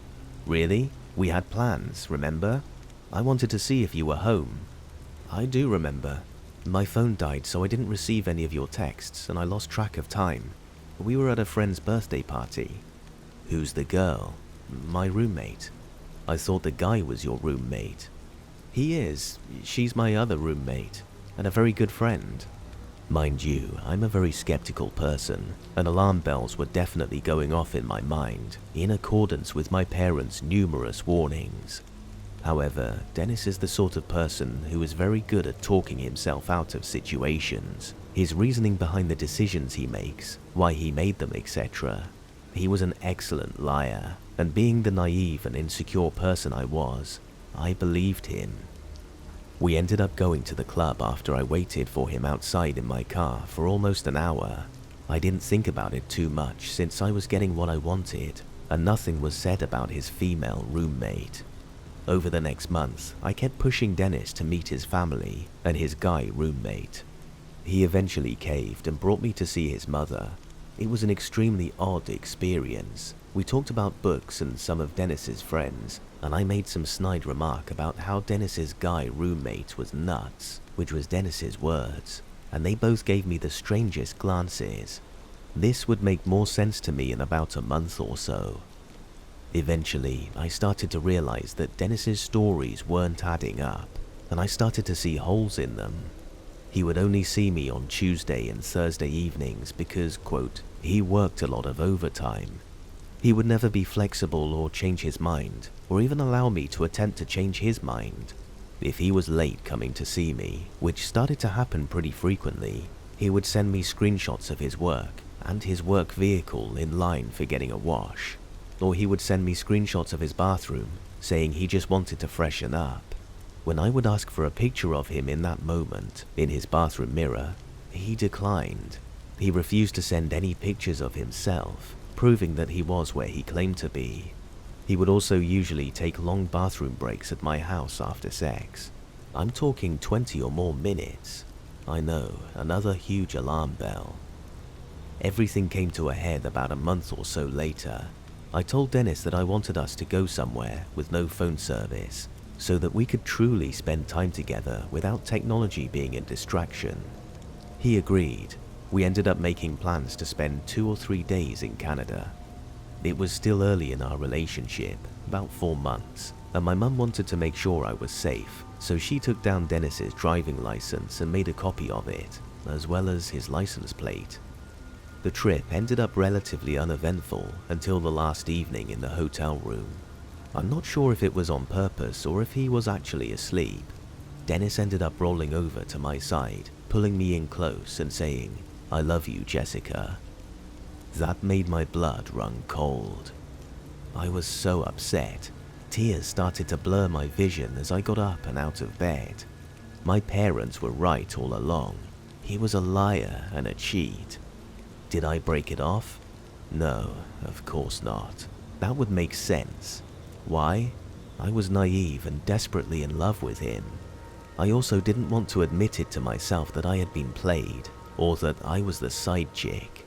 So I acted as if nothing was wrong, and that I didn't hear what he said that night. Of course, it didn't get rid of the aching feeling that I had for several weeks.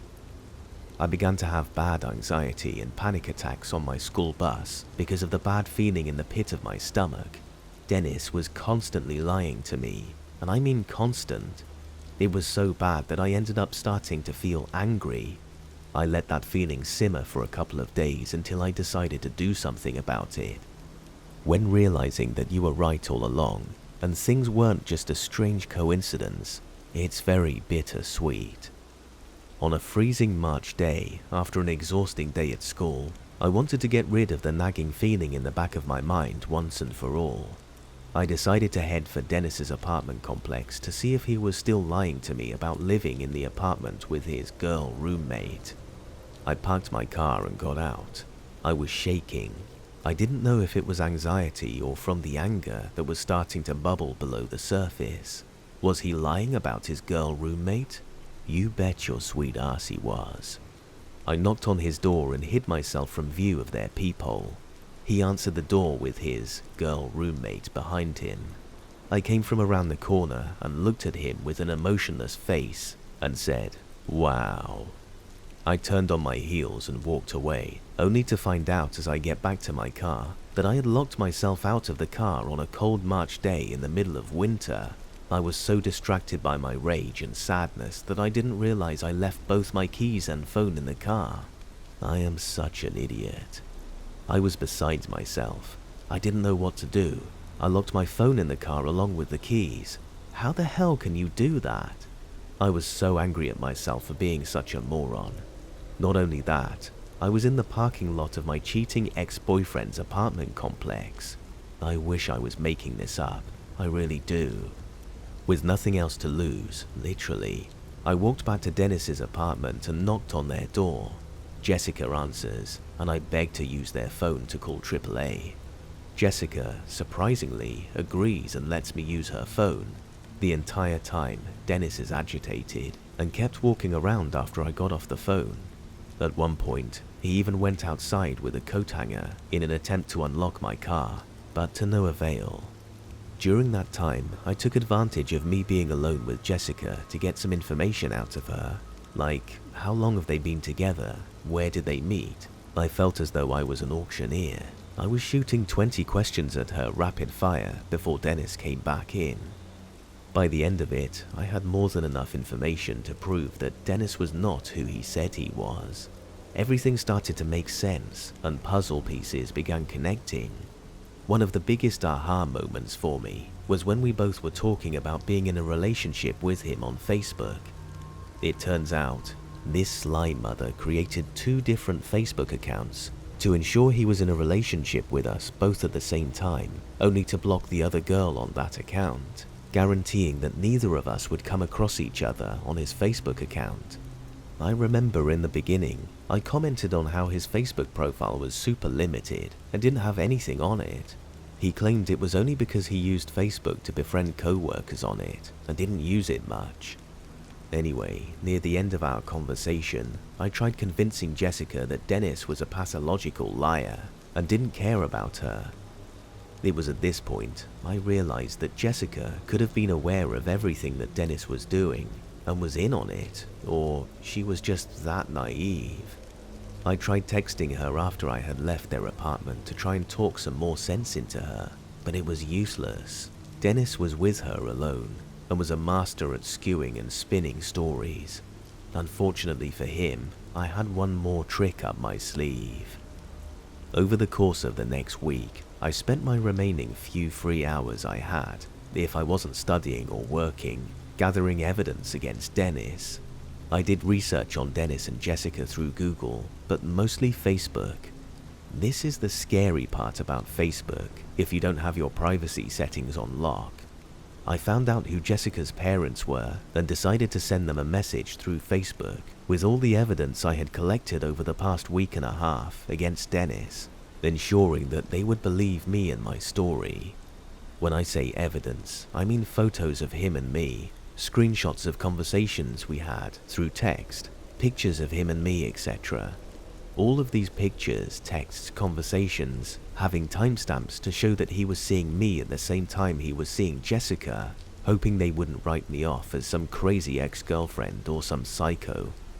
My email went something like, "Hi, my name is such and such, and I thought there was something you should know. Your daughter is being lied to by her current boyfriend, Dennis. I met him on an online dating site, OkCupid, and we spent the last 5 months together. But Dennis ended up lying to me about his life and everything about it.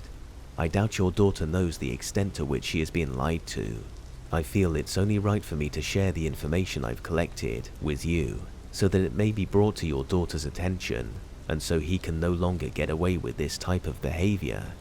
Dennis is not who he says he is, or appears to be, and has lied about many aspects of his life."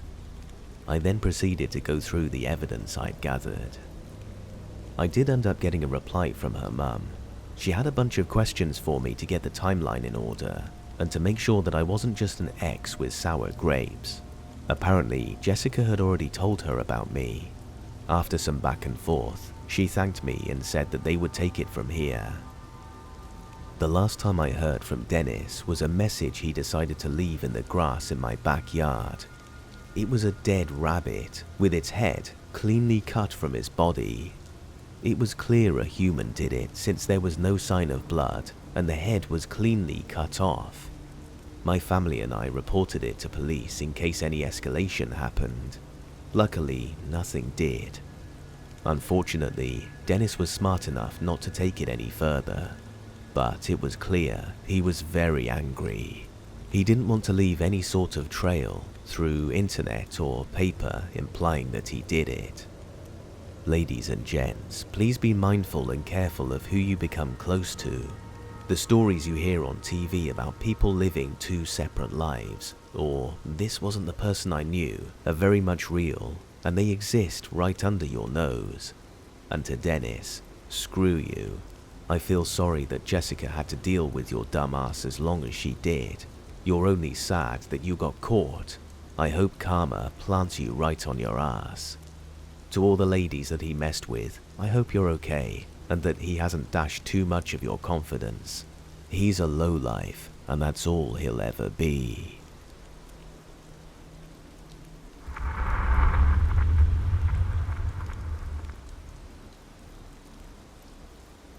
I'm 28 now, but a first online date with an older stranger still replays in my brain years later.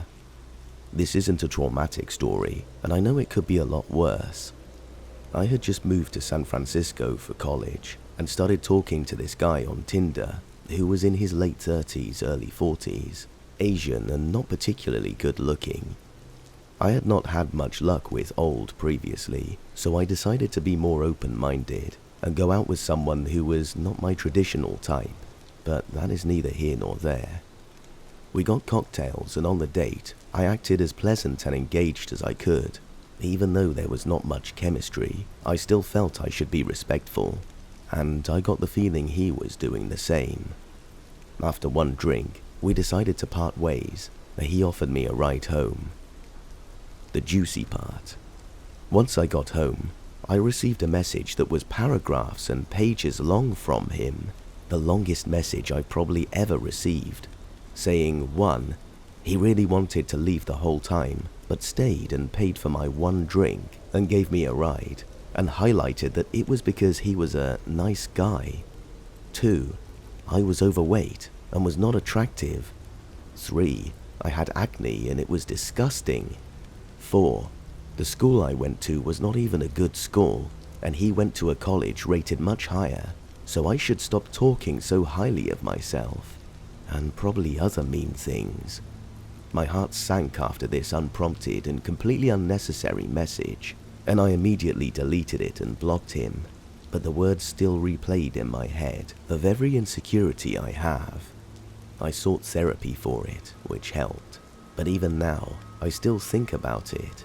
And when I date online, I obscure my face and take unflattering angles. I'm very guarded, never put my best foot forward. It makes me sad that I dimmed my light because some guy decided to be a bully for some arbitrary reason. I'm wary of nice guys, and as bad as this sounds, Asian guys. But by the way, I'm Asian too, but not because I think poorly of them. But I subconsciously feel like they all would think I'm as disgusting as this guy did, even if they don't say anything to my face, that people are thinking all those things. This still affects me 7 years later.